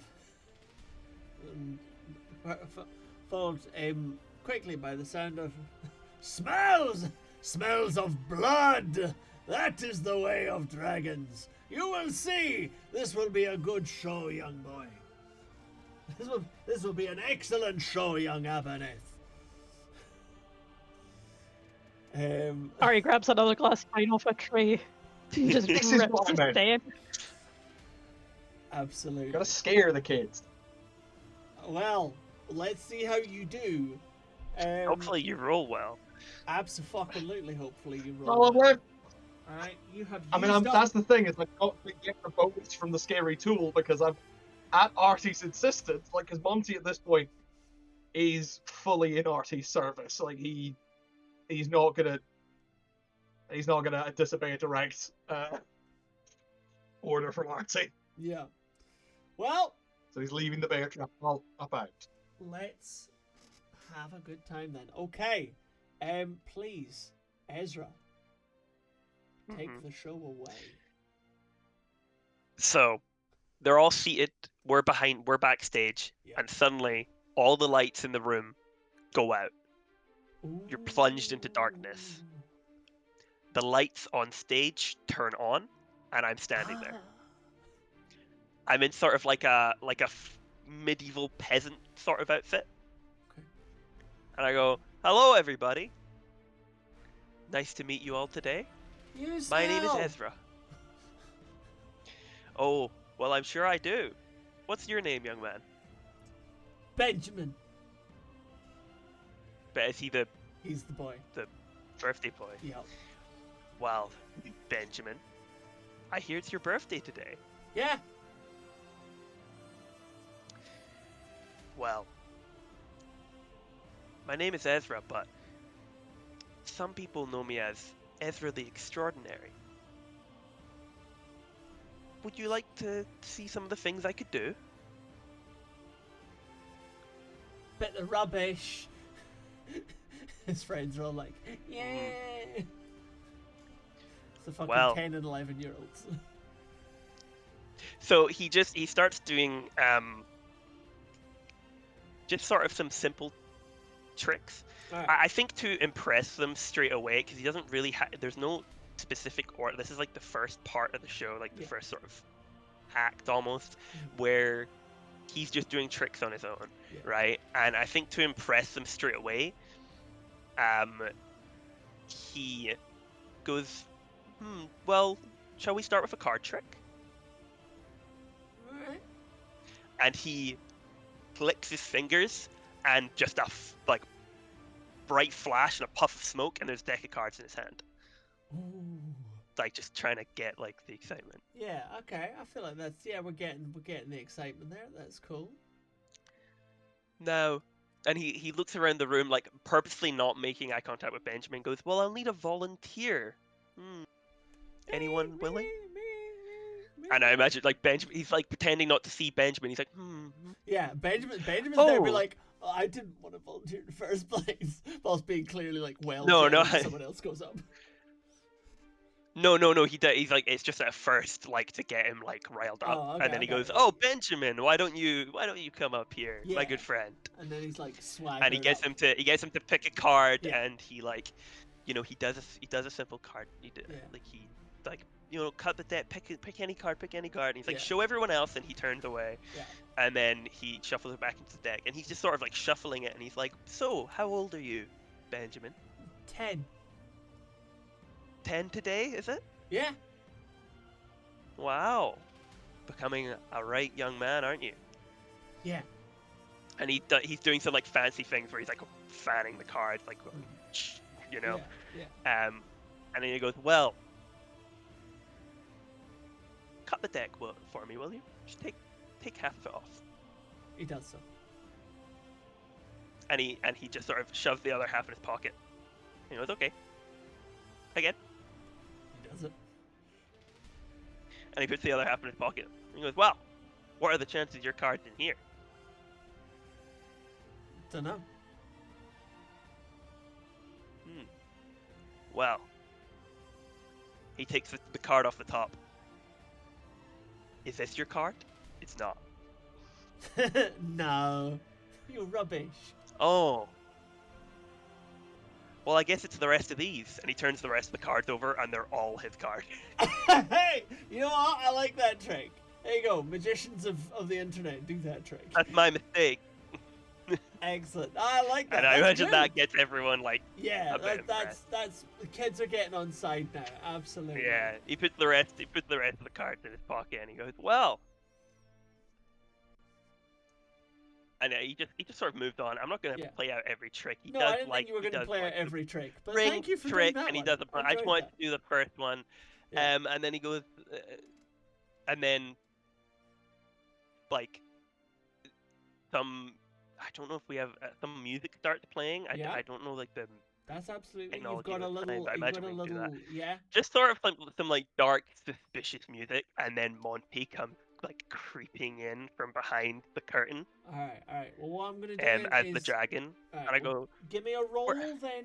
Give me a roll for your bit because I've got a. I'll basically roll for my how bit. well you do this roll decides how badly I'm going to treat Monty's rolls going into this. Okay, I'm trying to make it like a sort of pantomime thing where it's like, he's behind you, watch out. 100%. All right. Well, this. Yeah. Well, we're gonna say that this roll is for like how on side the audience are before Monty comes on. So give me a roll Okay, for so would your that act be so far. sway then? You tell me. Would that be sway? I would imagine it would be sway. I can't You think imagine. we're swaying the audience with your charisma? With my charisma. All right. Go on. Go on. Um, Give me a roll. I only get 1 for that. Ooh, a 5. A 5 is good. All right. 5 is then, pretty good. Yeah, I'm gonna say that. Yeah, the audience are absolutely coming. They're coming around. You know what? Like Benjamin, still not willing to admit he's enjoying himself, but he's enjoying himself. His pals are all kind of getting on board, and it means at the point then. I feel like there's a lot of the children who aren't quite as full of themselves who are like really into it, but but like Benjamin and his cronies are like. Yeah, they're too whatever. cool. They're like nearly teenagers. Yeah. Absolutely. So now we have time for Monty to come on and do the pantomime he's behind you bit. Yeah, and I go, oh, there's someone, and I look to my left, and he's on my right. Yep. There's nobody there. No. Who are you talking about? Behind you. He's behind me. Oh, and like I looked, he's scuttled, and I looked to my right, and he's to my left. I'm like, what are you talking about? No. And then he's like right behind me, and I Yep. go, oh, should I turn around? Yeah. And then I turn around, and I'm like, and I just get out of his way. Excellent. All right. Beautiful. I bite the thing to make the smoke come out of my nostrils. Oh, intimidating. And I go, don't worry. he goes to one side of the stage and and he's like looking at me and he does like the smoke coming out of his nostrils after the roar. Yep. And I go, "Don't worry, kids. I'll defeat this dragon." And he goes, "Yeah!" And like a very anticlimactic ball of fire comes out and just sort of goes down. He's like, "Oh no, I used up too much of my power." And then Monty goes, "Rrr."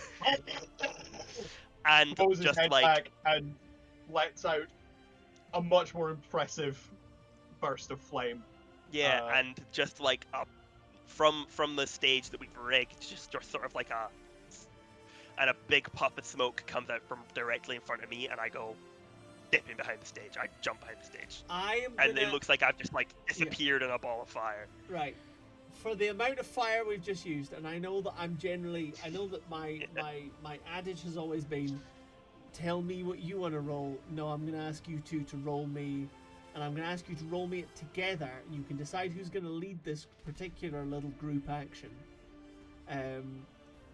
But we have to pick for how well this goes, and to decide if you burn the fucking place down, I'm gonna need you both to roll me a tinker. like, and I'm flash gonna need you to paper roll is it so like. together.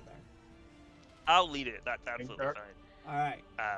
Okay. Ezra's leading. You better your roll it. group I got tinker. nothing in tinker.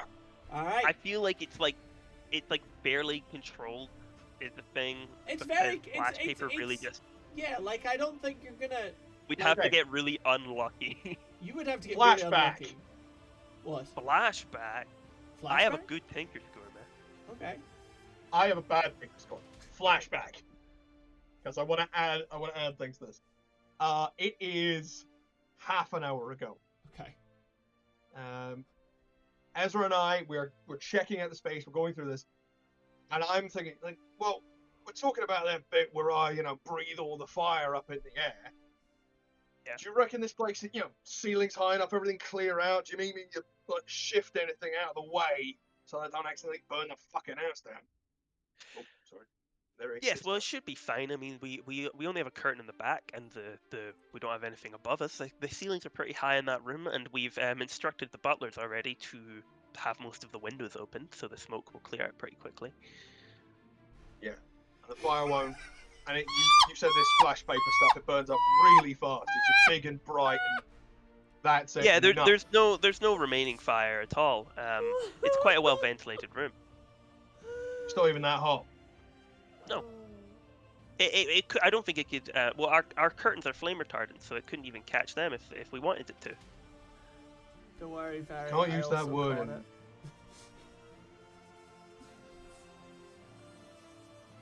You're fucking retarded. Can't say that. Flame retardant. You are in fact flame retarded. Yes. Yes.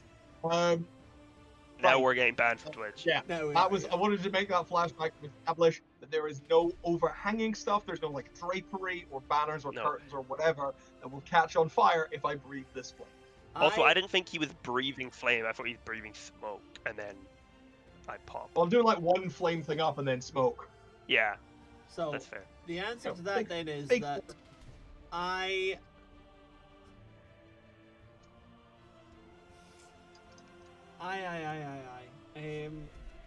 All right. Am I willing Do to we just give you get- this from a controlled position? That is my question, really. Do I feel like that was The thing is, reasonably, sufficient? magicians do this shit all the time, and it's like really safe. Yeah, but that's normally in a venue that you have set up, and this is, in fairness, quite dangerous. And Yeah. also, let's be incredibly clear. Leaving all of the windows open was not the right move. If For something fire? sets on, Certainly. if something sets on fire, yes, we're screwed. But like, I don't want anyone to choke. We can't Yeah. blast a bunch of smoke into the room of a bunch of children and not have the windows open. True, but also Like, we would have to be actually stupid to do that. that is Choke fair. out Right. a bunch of kids. But at the same time, So. I understand windows open makes. Okay, that was what Fire Barry and go I were both faster. laughing at. Yeah, Yeah, but I was trying to- the windows being closed are a worse idea. To be fair, also, the windows being open also means you can now slip out of windows if that's been established. If I need to. That's true. I. Only gonna by be part of being it. in the window frame do you get peak coverage. Yeah. All the smoke goes over me and they don't see anything. Right. Well then, Anyway, I. Tinker! I'm going to say that you're still doing this from a risky position. I'm going to say that you're still Alright, doing this well, from a risky right. position. What did you get from the flashback? Nothing. You got fuck all from the flashback. But I will not Nothing. ask you to take stress for it. Because it was stuff that Good, you've been I'm- doing anyway. Okay.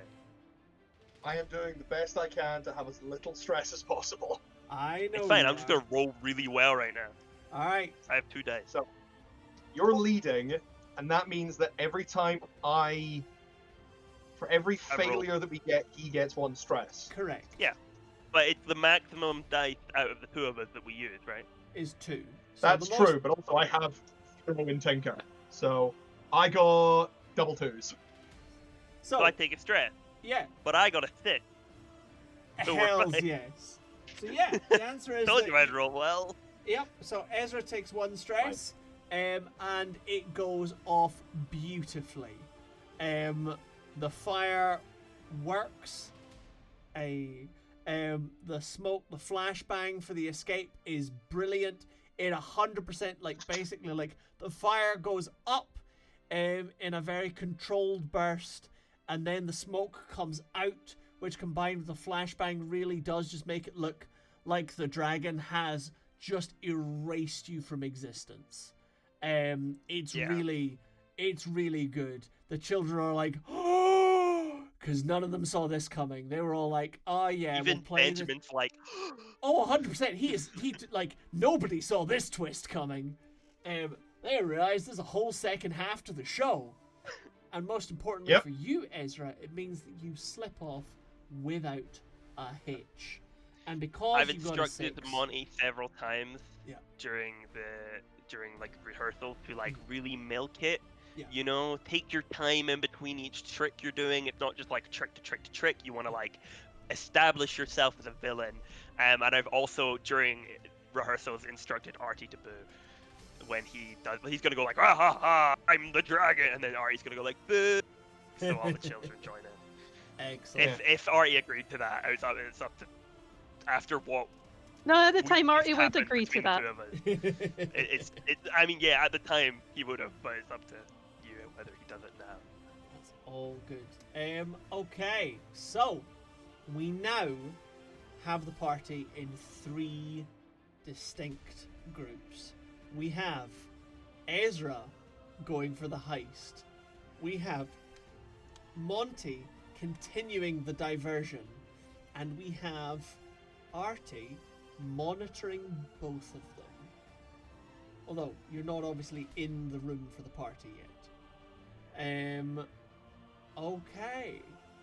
So, the first thing I'm going to say is that Arty, you are currently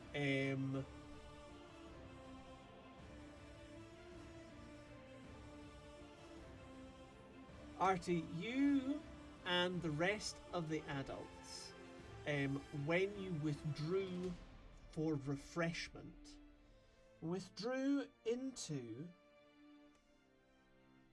the other drawing room, where our host, Gideon, I've forgotten his surname and my laptop went to sleep.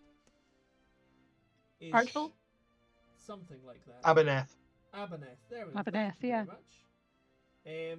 Where Lord Yeah, 'cause I Abaneth, keep going Aboleth every time you hear Aboleth. you say it. And I'm like, oh my Well, god, Lord- it's giant fishbowl. where Lord Aboleth. Hello. Giant sucky fish monster.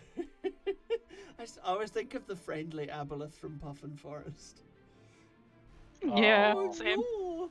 I don't want to hurt people. Like, oh no. I want to be friends. Splish, splish, splish. Splish, splish, splish. Oh, I trusted the cocaine. So, Which is very perfect for it. Now, you say the other drawing room. where Lord Aberneth shows off his enormous artwork hung over the mantelpiece. This large... I don't know anything about this heist, do I? No, you don't. But you do see this Okay, go. exquisite piece, preserved in fey resin. I can't remember specific. It was a landscape piece. I can't remember Yeah, what it was of. my plan was specifically based on the fact that Natalia gave me intel that they don't use that drawing room as much and they wouldn't be in there. That's correct. Yeah, Yeah. sick. Oh no. Oh no. Ding ding ding, the alarm bells are sounding. This presently is being used to host the party. We're currently on small bites and light beverages. Is the stage of the party that we're on for the adults. So mild fruit wines and canapes. This is where we're at. And yes, as you enjoy, well, in fact, yeah. What are you doing in the room, actually, Arty? Rather than me being a mean GM and telling you what you're doing, what are you doing? I'm milling about the room. I'm like speaking with people, getting contacts, keeping my ear out about any deals that may be going on at certain ports or anything to do with what's presently going on in the city. Okay, that seems good. That seems good. Can you? Yeah, you want to Nothing else. roll me for how good you're doing. What are you? A What are you? 5. And what are you rolling? Consort. Consort. Okay. Yep, that's grand. That's some good consorting. That's some very good consorting. You do in fact. You are talking with. You found yourself sat with Ava Histine, who's kind of doing that kind of, that kind of like older matriarch thing of like taking you in and being like, let me show you to people. So she's kind of just like temporarily adopted you. She's talking to another council member you've not encountered before. Their name is Matthias. Councillor Matthias. And Lady Histine is just saying, and how has your shipping business fared, Panos? I understand that with obviously the banking is secure, but the movement of merchandise surely has become far more challenging with the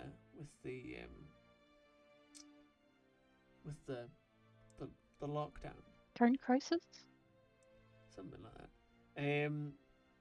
And Matthias, who's a little bit of a kind of like shrunken in on himself kind of man, is just like, well, unfortunately, obviously, the tides of fate are such that we cannot rely on goods and services forever in times like these. But I think we will manage well. I made some rather advantageous purchases just before the lockdown itself, and this all feels like this is kind of maybe going somewhere, except that, and here's your complication, you feel or you smell the scent of salt brine and a ripple that tells you that Fletch is on the move mid-show. Okay, I want to point out, not overly suspicious, you're aware there's a costume change. yeah, no, I'm like, Yeah. this is fine. But that I have my top bird on the case. absolutely you do. But that does take us on to Ezra. How we doing? Not good. He does go into, like, he obviously goes down the regular path, goes into his changing room. Yeah.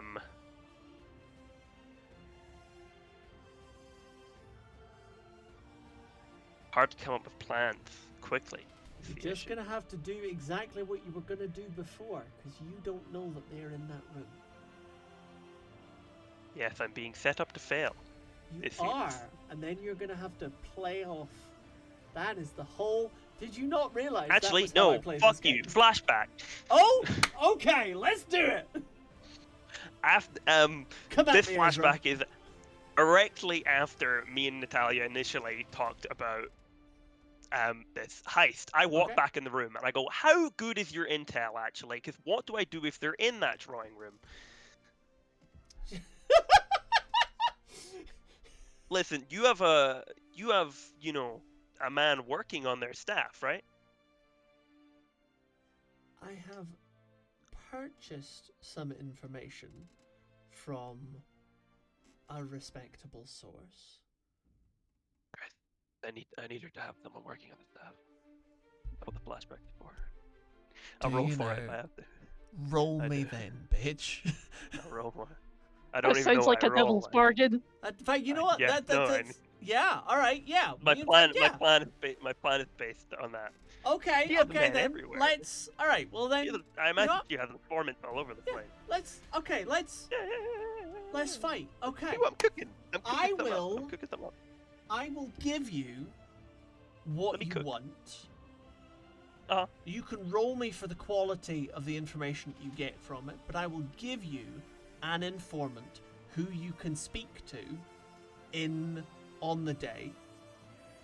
I will give you a person that you can meet and you can talk to on the day. Okay, I'm just gonna be completely transparent, Do it. right? My main thing is I can't do, but like if it was like a painting that I could cut out of a frame or whatever, right? Or even like Yeah. anything other than the object What I've that done it is. to you. Yeah. Yes, it would be. There is many ways around this. Yeah. I need, because of what this is, I need to be in that room alone. Yep. Or this session is I walk to the room, hear there's people in it, turn around, and nothing happens and we leave, which is boring. I So I'm mean, trying to figure out some way to work around that. okay. I was trying to be fair, I will fully admit I was trying to push you towards one thing, but let's go with what you want I to do. don't know what do you're you trying need to from push this? me towards. That's okay. So I need to do a better job. my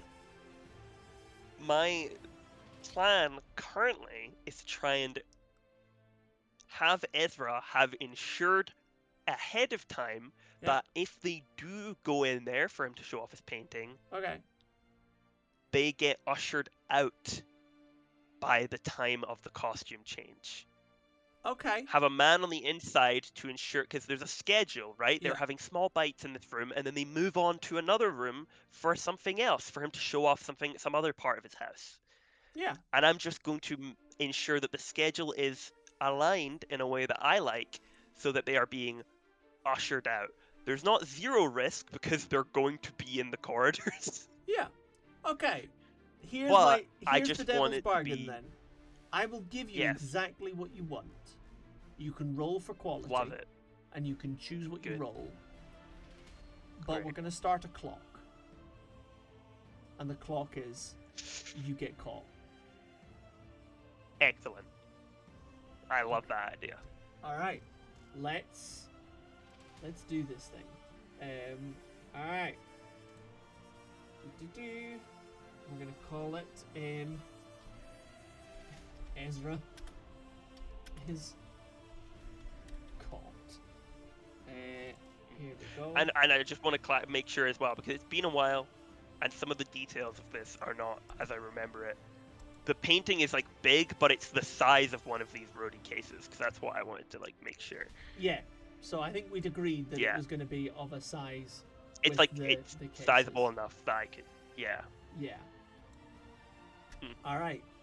In which case, then, Ezra Abagini, roll me. Choose your stat and roll me.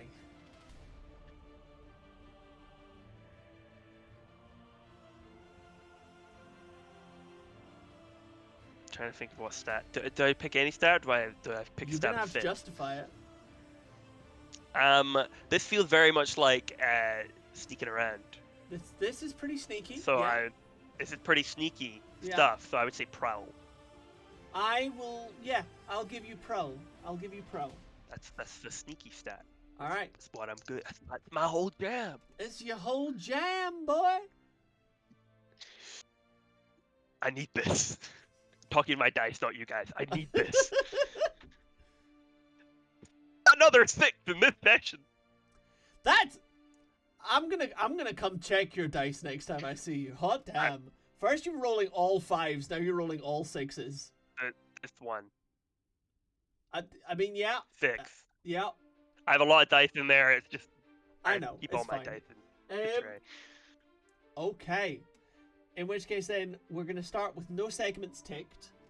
And as you come out of the smoking room, with your ready to go, there is an as of yet unmet butler standing at the door, who as you walk out utters the passphrase that Natalia gave you, which is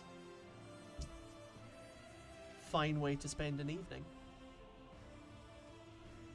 And I say the return passphrase, which is certainly is. I was gonna say I was just like fine way to spend an evening on a moonlight jaunt, and I felt very yeah, no, that's better. that's my yeah. On a moonlight jaunt. I will go and ring the bell for pre-supper. And he walks off, and he goes, wait at least 5 minutes. And he walks off at a brisk pace. Checks his watch. Better go get yourself ready. Okay, in those 5 minutes, like I'm changing into like my costume. Yep. For the next bit, so because I have 5 minutes, that won't take any more. Absolutely. And then I grab the big Rudy case and go hauling ass. Essentially, I'm being as sneaky as I possibly can. I've seen Natalia showed me a floor plan of this place beforehand. She did I think we indeed. established that last time. So I You know know where exactly I'm where you're going, going. and I know where they should be going. So I'm trying Absolutely, to you avoid do. their route. Yep, so you've gone round to the other door, and they're going to go out that door. All right. Excellent. Okay, sneaky like case. What? I'm so glad someone else had that thought. Sneaking with a big sneaking with a case. big Yes, case. it's. I'm not saying it's not risky. I'm saying it's what I'm doing. Well, part of what's gonna keep Ezra just walking a flight case with purpose, which is the best way to do this thing, is now Monty. You have to roll me for your performance. Oh boy, right, You are well, the distraction. You are very fortunate. okay, so that what Monty is doing some good rolls happened before. is he's trying. I've gotten so lucky. I need to give what's the opposite of a dice jail? I need to give them like a dice resort, a dice spa, or something, just to thank them for all their Dice hard spa work sounds today. good. So, Alright. Yeah, You get them a little microfiber cloth to dust them down. yeah. I think what I need is like the dice equivalent of a couch to 5k, because these guys have not been doing anything for the last 2 months. They've gotten sedentary, freaky. That's not bad. Shuffling. They're suffering from fatigue. Suffering During from lethargy. these rolls, do No, I no, have it's time to briefly jump to the bathroom? Go for it. Yes. Teen Grims. I'll be right back. This is going to take me a minute anyway. Yeah, my dice are basically they They haven't managed to beat off the Christmas wait yet. That's fair. That's fair. All right. So, what you got for me, Monty? As a dragon, he's playing up the villain. He's trying to make himself as scary and terrifying as possible. You know, threatening to gobble up the kids and demonstrating, like, you know, trying to pour as much smoke as possible out, just to create as much of an environment, an atmosphere, roaring. And in order to show off the strength of his claws, I'm going to take off another box of load, because fuck it, I went heavy, I might as well. For an unusual weapon. Okay. Basically, it's not that unusual, but it fits better than the other weapon descriptions. Fair. That's Monty. Yeah. It's an iron bar. It's Okay. basically a fence. It's basically an iron railing Okay. that he pulls out from behind the stage, holds up above his head, and bends. Okay. You know, that classic strongman bit, Yeah. except he's not using a fake bar. No, he's literally just bending a massive bar of iron. Yeah, because Monty didn't get that he was supposed to use a fake bar. He just went, yeah, I've got one. It's like, yeah, I can get one. Just Excellent. Pick one up all the way. I was like, oh, here's the things you can do. It's like a strongman act. He's like, oh yeah, I can do that.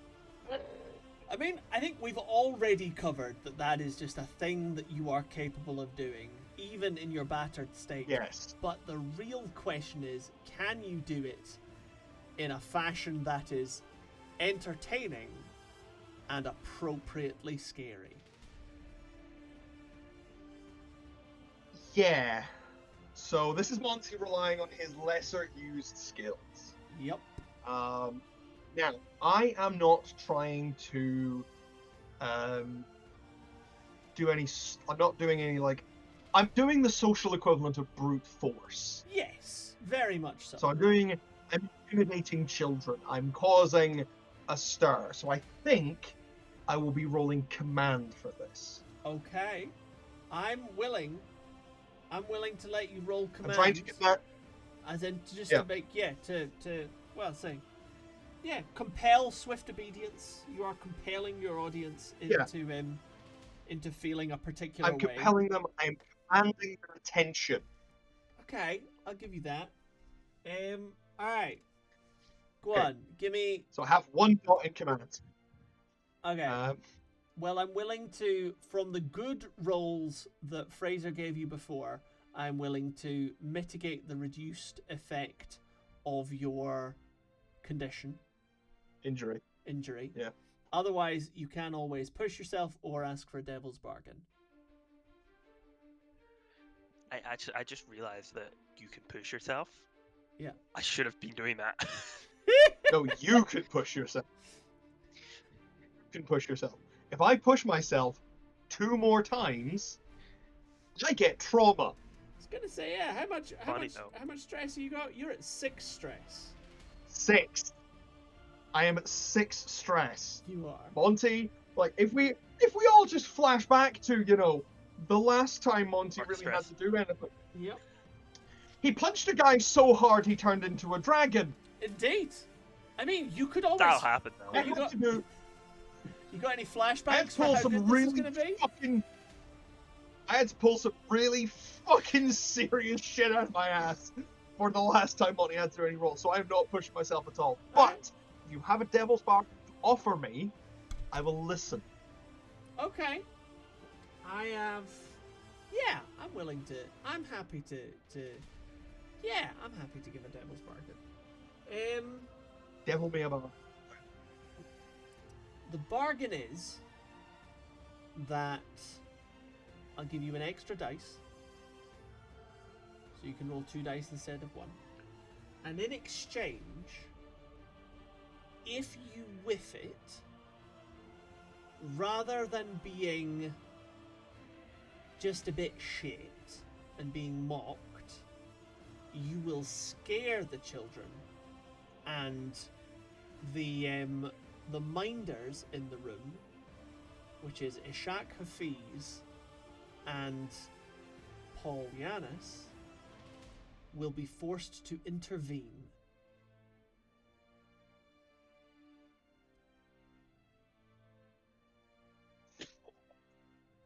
That's the bargain.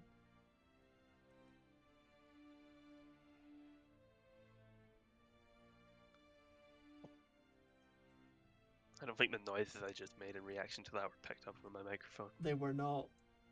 I don't think I'm gonna take it. You want to recreate it? I was like, it's like lots of inhaling. I don't think I'm gonna take that. Okay, that's fair. That's fair. All right. That's the first time we've had a refusal of a devil bargain. I mean, that's fair. That is But- understandable.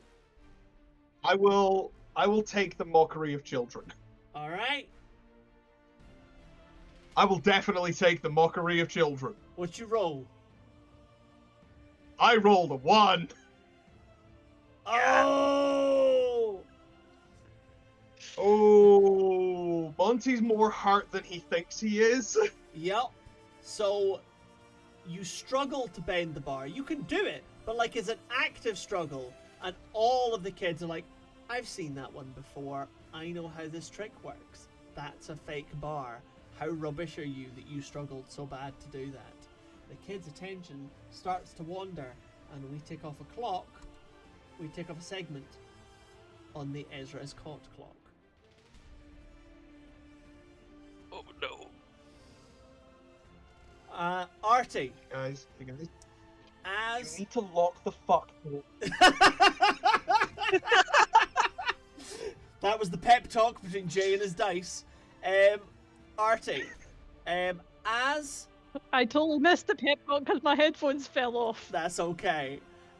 As the bell is rung for pre-dinner, which you know means you're gonna have to swap out with the babysitter soon.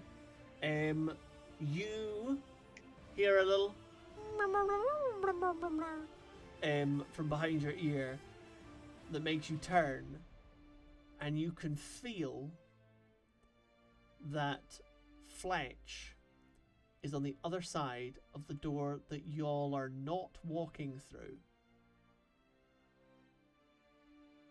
So, to put it in broad terms, there's a door on the left where Fletch is. There's a door on the right where all of the adults are going for pre-dinner.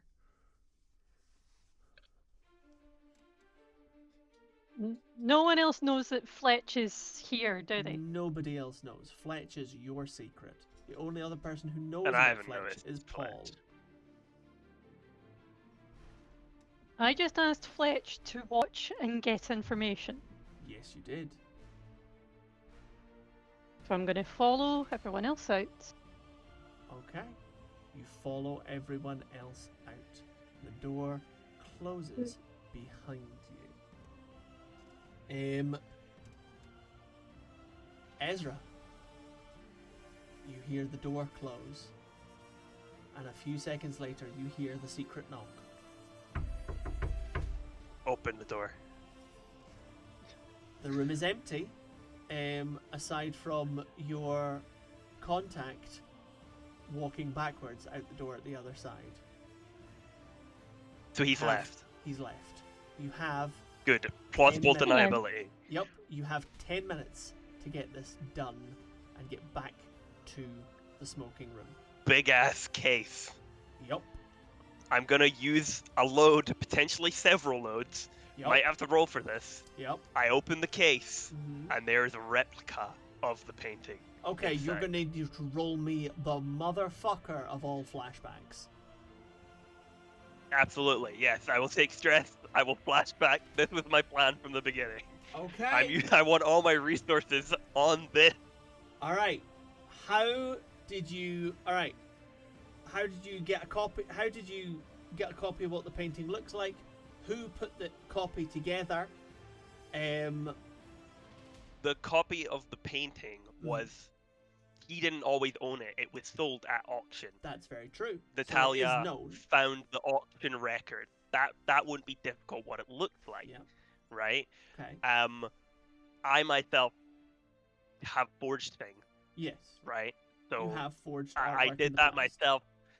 I color matched the resin. It's not fey resin, mind you, so that might be noticed, but it won't be noticed for a while, is my plan. Okay. I'm hoping Yeah. that he'll think he got sold a dud rather than someone swapped it. And if he does think someone swapped it, he's hoping it's in quite a while when it could have been anyone. Okay. That's the plan. I'm willing to buy My that. plan unveiled.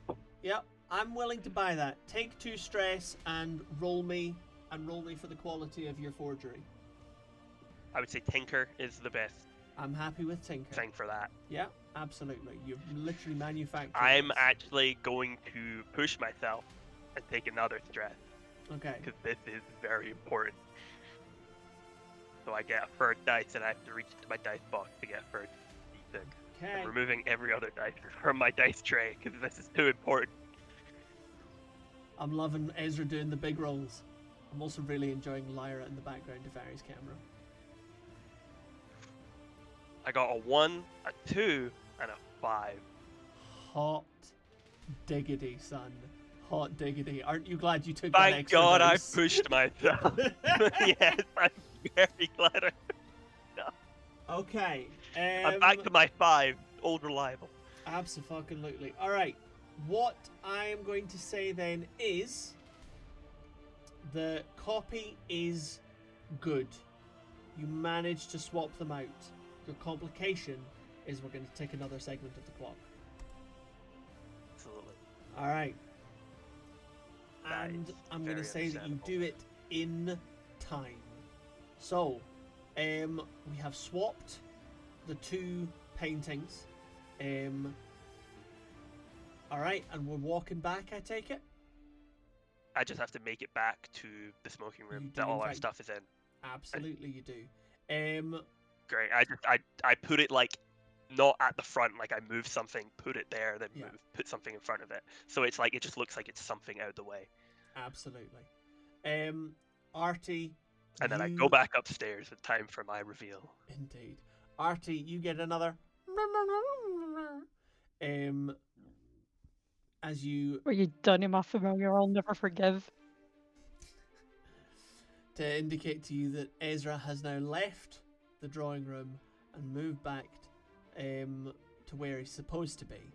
Funnily enough, just in time for you to go and trade places with Ishak Hafiz and Paul.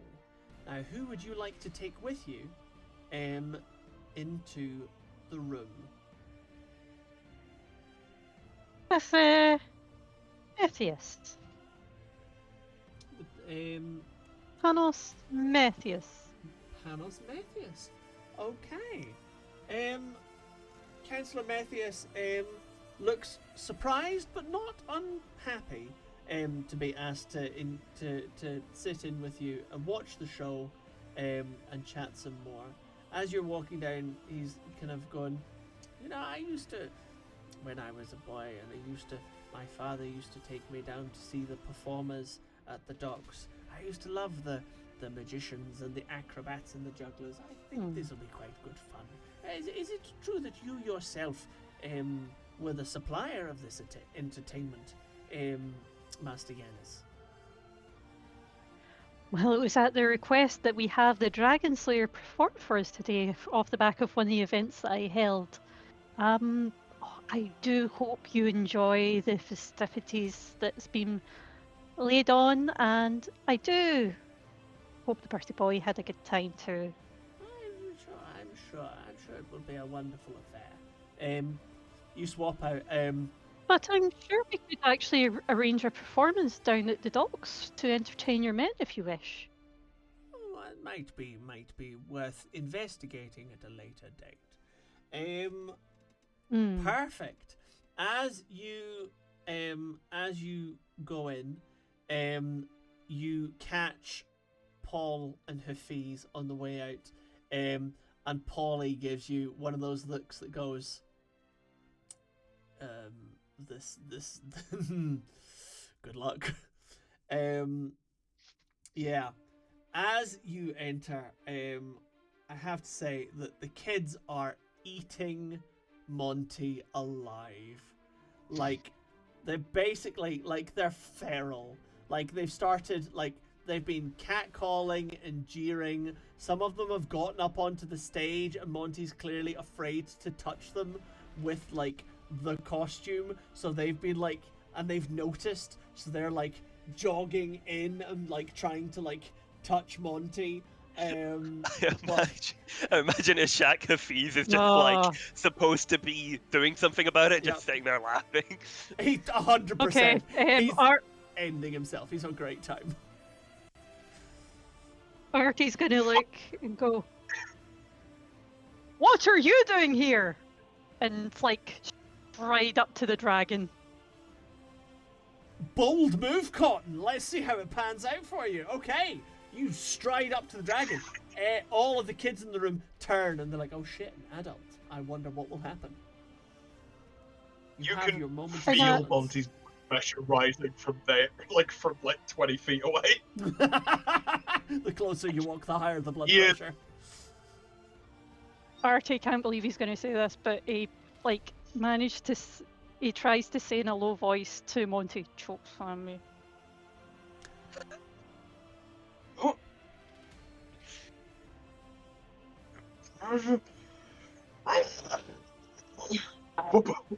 All right.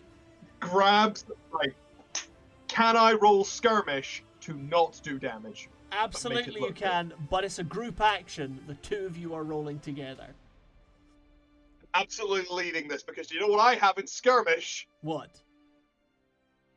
3. 3 dice. What have you got in 3 skirmish? dice. And I baby. have Okay. You have 1, which is better than nothing.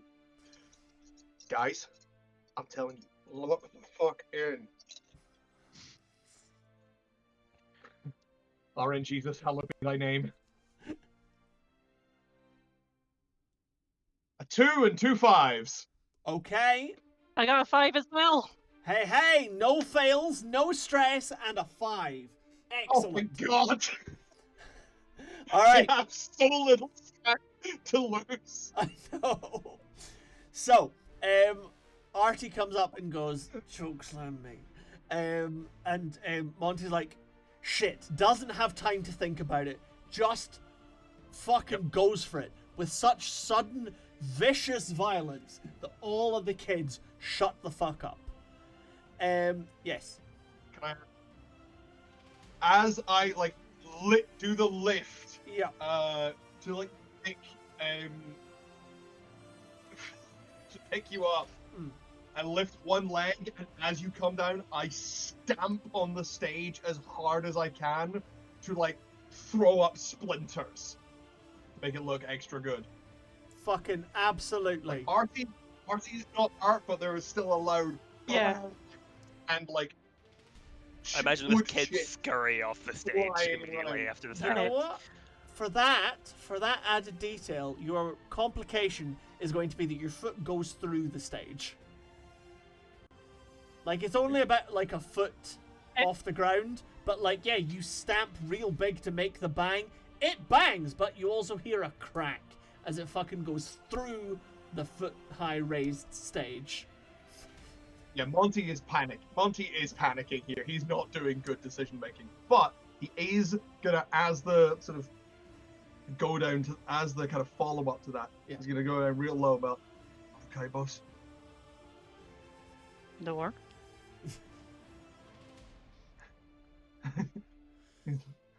You okay, boss? I don't know. It will save me from this dragon! On the other side of the room, on the opposite side of the stage, a spotlight illuminates, and Ezra is standing there in a full set of armor. Fucking excellent. Ezra will. Arty's going to crawl away and go back next to Pample. And he holds up his fake sword and he goes, "Ezra, the Dragon Slayer!" Fucking brilliant. And there's like an aisle in between the chairs, and he just starts sprinting down it towards Monty to do their choreographed final bit. Phenomenal.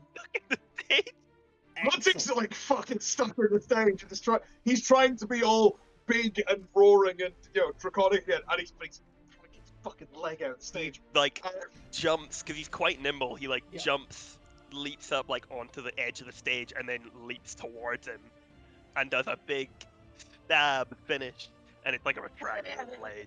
All right, well, give me something for Bit how like good that red ribbon come flying out. Give me something for how good that looks. In the meanwhile, That Councillor Yeah, Matthias we're doing like collective helps you up.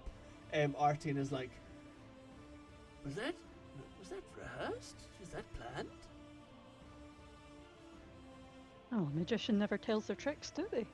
yeah, He's for sure. quite impressed. He's like, damn, this is some high quality shit. Like, yeah. Okay, right. What you rolling me, Fraser? In fact, we'll make it a group action again. Is it a group action? Yep. Yeah. Pick your. Are we stat. allowed to discuss what that we pick? Yeah. I was actually gonna ask Chris, because this is more Ezra's trick, how much stress do I need to take to help him? So you Oh, take. rather You than only being- need I to don't take think one. So helping someone is you take one stress and add a dice to them.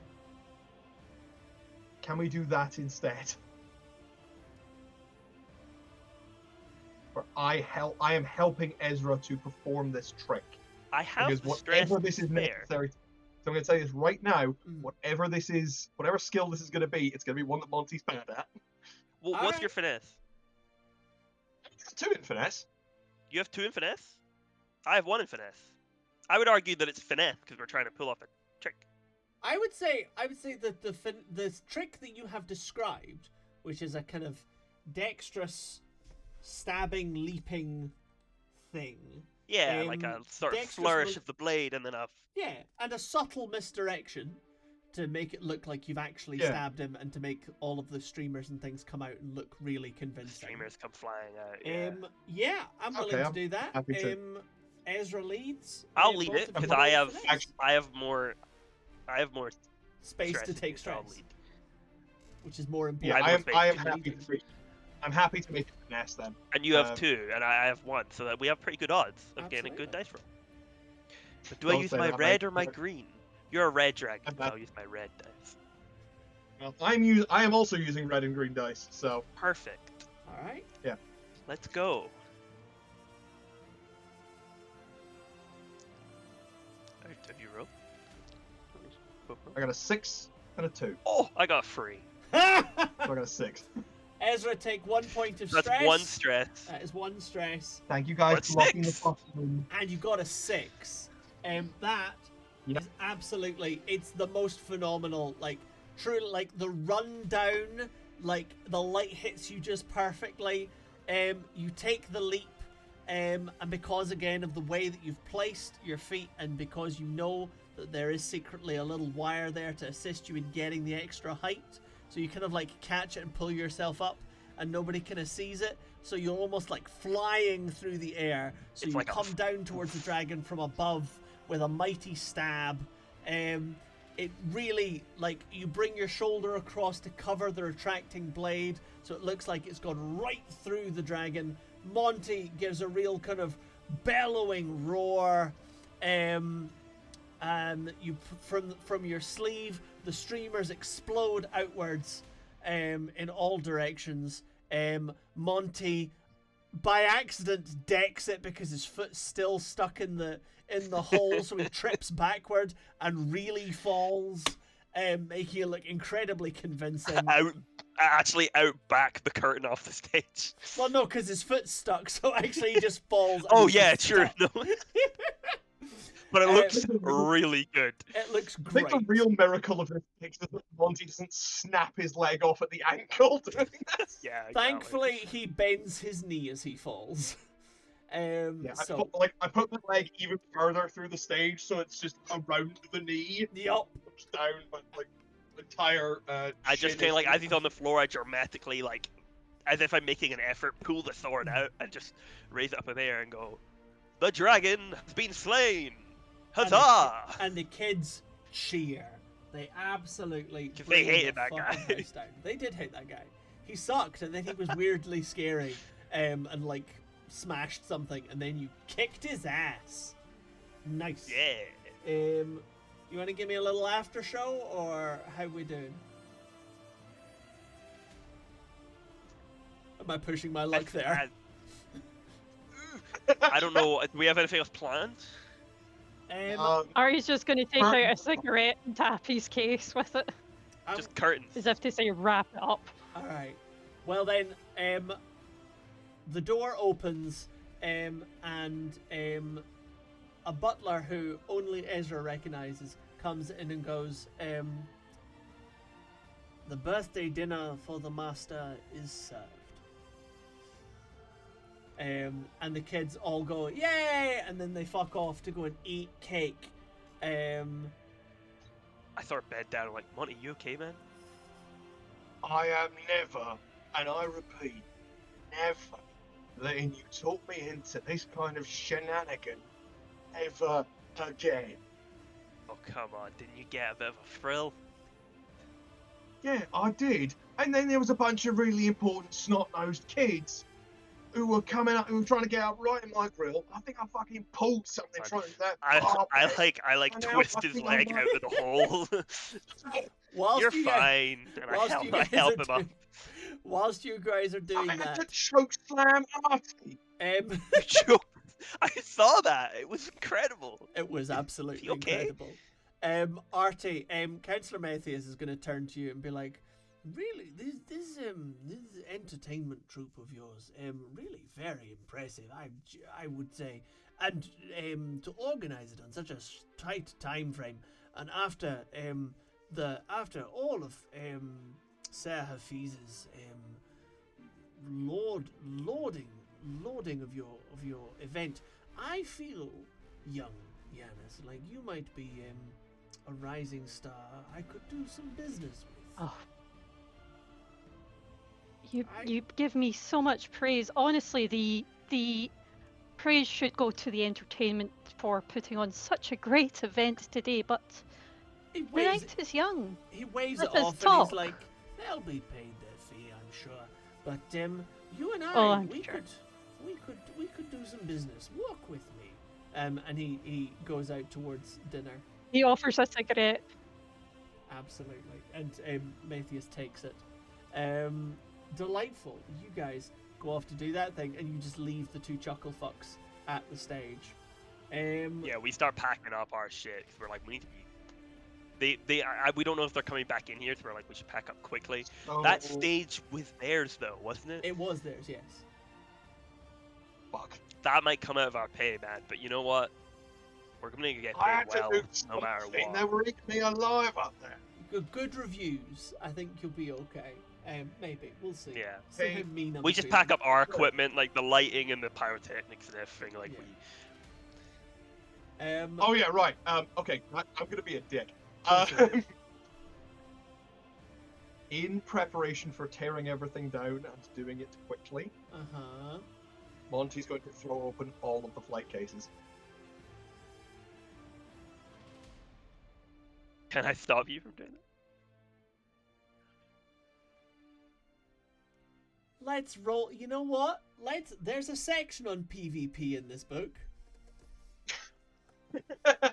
Oh, Actually, you know what? If he just walks Actually- in and does it, I don't think I'd have an opportunity to stop him.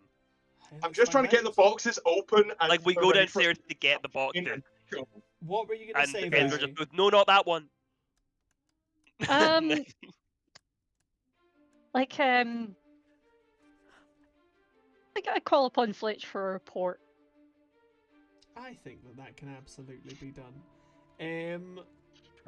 I mean, you'll get a report at the end anyway, but yeah, I think that seems like a sensible plan. Yeah, no, I'm happy to wait. Yeah.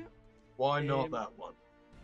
Okay, so the rules on PC versus PC in this game, it lays out there's 3 core rules.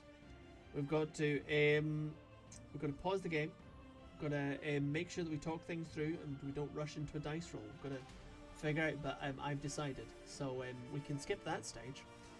We need to agree to the resolution methods. In this case, it's going to be rolling, and we're going to see what happens. And lastly, we have to abide by the results. So no matter who wins, y'all got a fucking deal. Now, Wait, is this PvP rule? That's PvP rules. You're both gonna. No, I pick was an taking action. it back. Pick an action for, basically pick an action to try and stop Monty opening the case. Okay, the most I think he would reasonably be able to do is just say like, no, don't open that one. Okay, so what's that? That sounds Quickly. like command to me. And that would be sway. Sway? We're gonna go sway. Alright, well, You can do sway. can I argue sway? I think you could argue sway. Monty, you're gonna throw everything open for quickness of getting things done. Just gonna go and get it done. What's your role? I would love to say skirmish, but it's definitely not that. I think this is Monty is trying to get out of this situation as quick as possible. He doesn't feel good about the performance that just happened. He'd like to be shot of this. Okay. So he's trying to do everything as quickly and efficiently as possible. So I'm going to say finesse for me. I'm willing to give finesse. All right. Roll me. The two of you. A roll off. 3. Arty's just 4. near the room. Yeah. I was gonna say. Fine, it's more interesting this way. So Ezra, I got a 4. Ezra, as you go. 4 to 1. Yep. As you go, none of that. Is exactly as Monty lifts the catch, and the case falls open, and just reveals the full arsed fucking painting. And I'm going to take off a piece of your clock. And Monty, Yeah. you've very not fair. seen this painting before. I It definitely wasn't. Yeah, but part of Monty it. knows what the door. I lock the door quickly. Very sensible. He's just We looking have- down at it. We need to have a conversation. Ezra, Yes. what the fuck is that? Hear me out. You better have a bloody good story, mate. Because if you don't, we are in some serious fucking danger. You weren't supposed to know about this so that you wouldn't be in any danger. Oh, I wasn't supposed to know. Is that your Yes. excuse? That I wasn't supposed to know? Now that you know, I'm going to tell you everything. So just hear me out.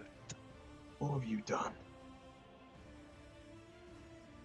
He just sort of gestures at the whole room.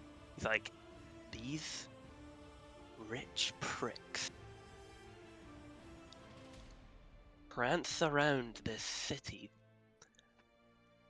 and act like they're better than everyone. They own this place. They own the people. Sometimes what else you they want to did, knock them down a peg. No, you don't. You stupid young fool. You do not. Yeah, they prance around like they're better than us. They bleed all the same, all that crap. I know. But do you know what else they can afford? Because, yeah, they do own this fucking city. Do you know what they can afford? Little men with knives and poison and little visits in the dark to you and your loved ones and anyone you fucking care about. Ezra just sort of takes a breath. I know. They won't give a damn whether or not I knew anything. All they saw was two entertainers walk into a big fancy house and then fuck off with their fancy fucking painting. They How did you... listen. I've replaced it. No one knows. Replaced? No one's gonna know. No one. Yeah, sound like every bloody forger who met the hangman. You stupid. Listen, at the end of the day, you can disagree with me. There's no one doing it. It's been done. you close the case or you go along. You know what? Maybe you're right. Maybe they don't care if you know. I didn't want you to know so that you would be convincing and that you wouldn't have to lie. Okay? But if you tell them now, do you think they're gonna care? If you didn't know? Ezra, that's not the point. I thought I could trust you. You looked after the kids. You backed me. And now you have put me in some serious fucking danger. And I'm gonna get you out of this. And I'm gonna get us out of this, but don't you ever lie to me about this stuff again. Don't you ever put me or the people I fucking care about in danger because of this stupid bloody crusade ever again.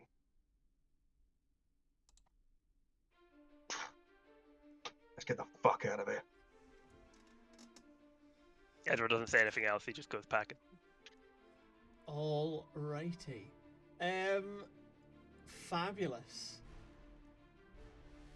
Arty, you feel again the quiet wind off the sea and the salt breeze to let you know that Ezra and Monty have left the building with 2 segments of the clock still to spare. Ladles and jelly spoons, we did it.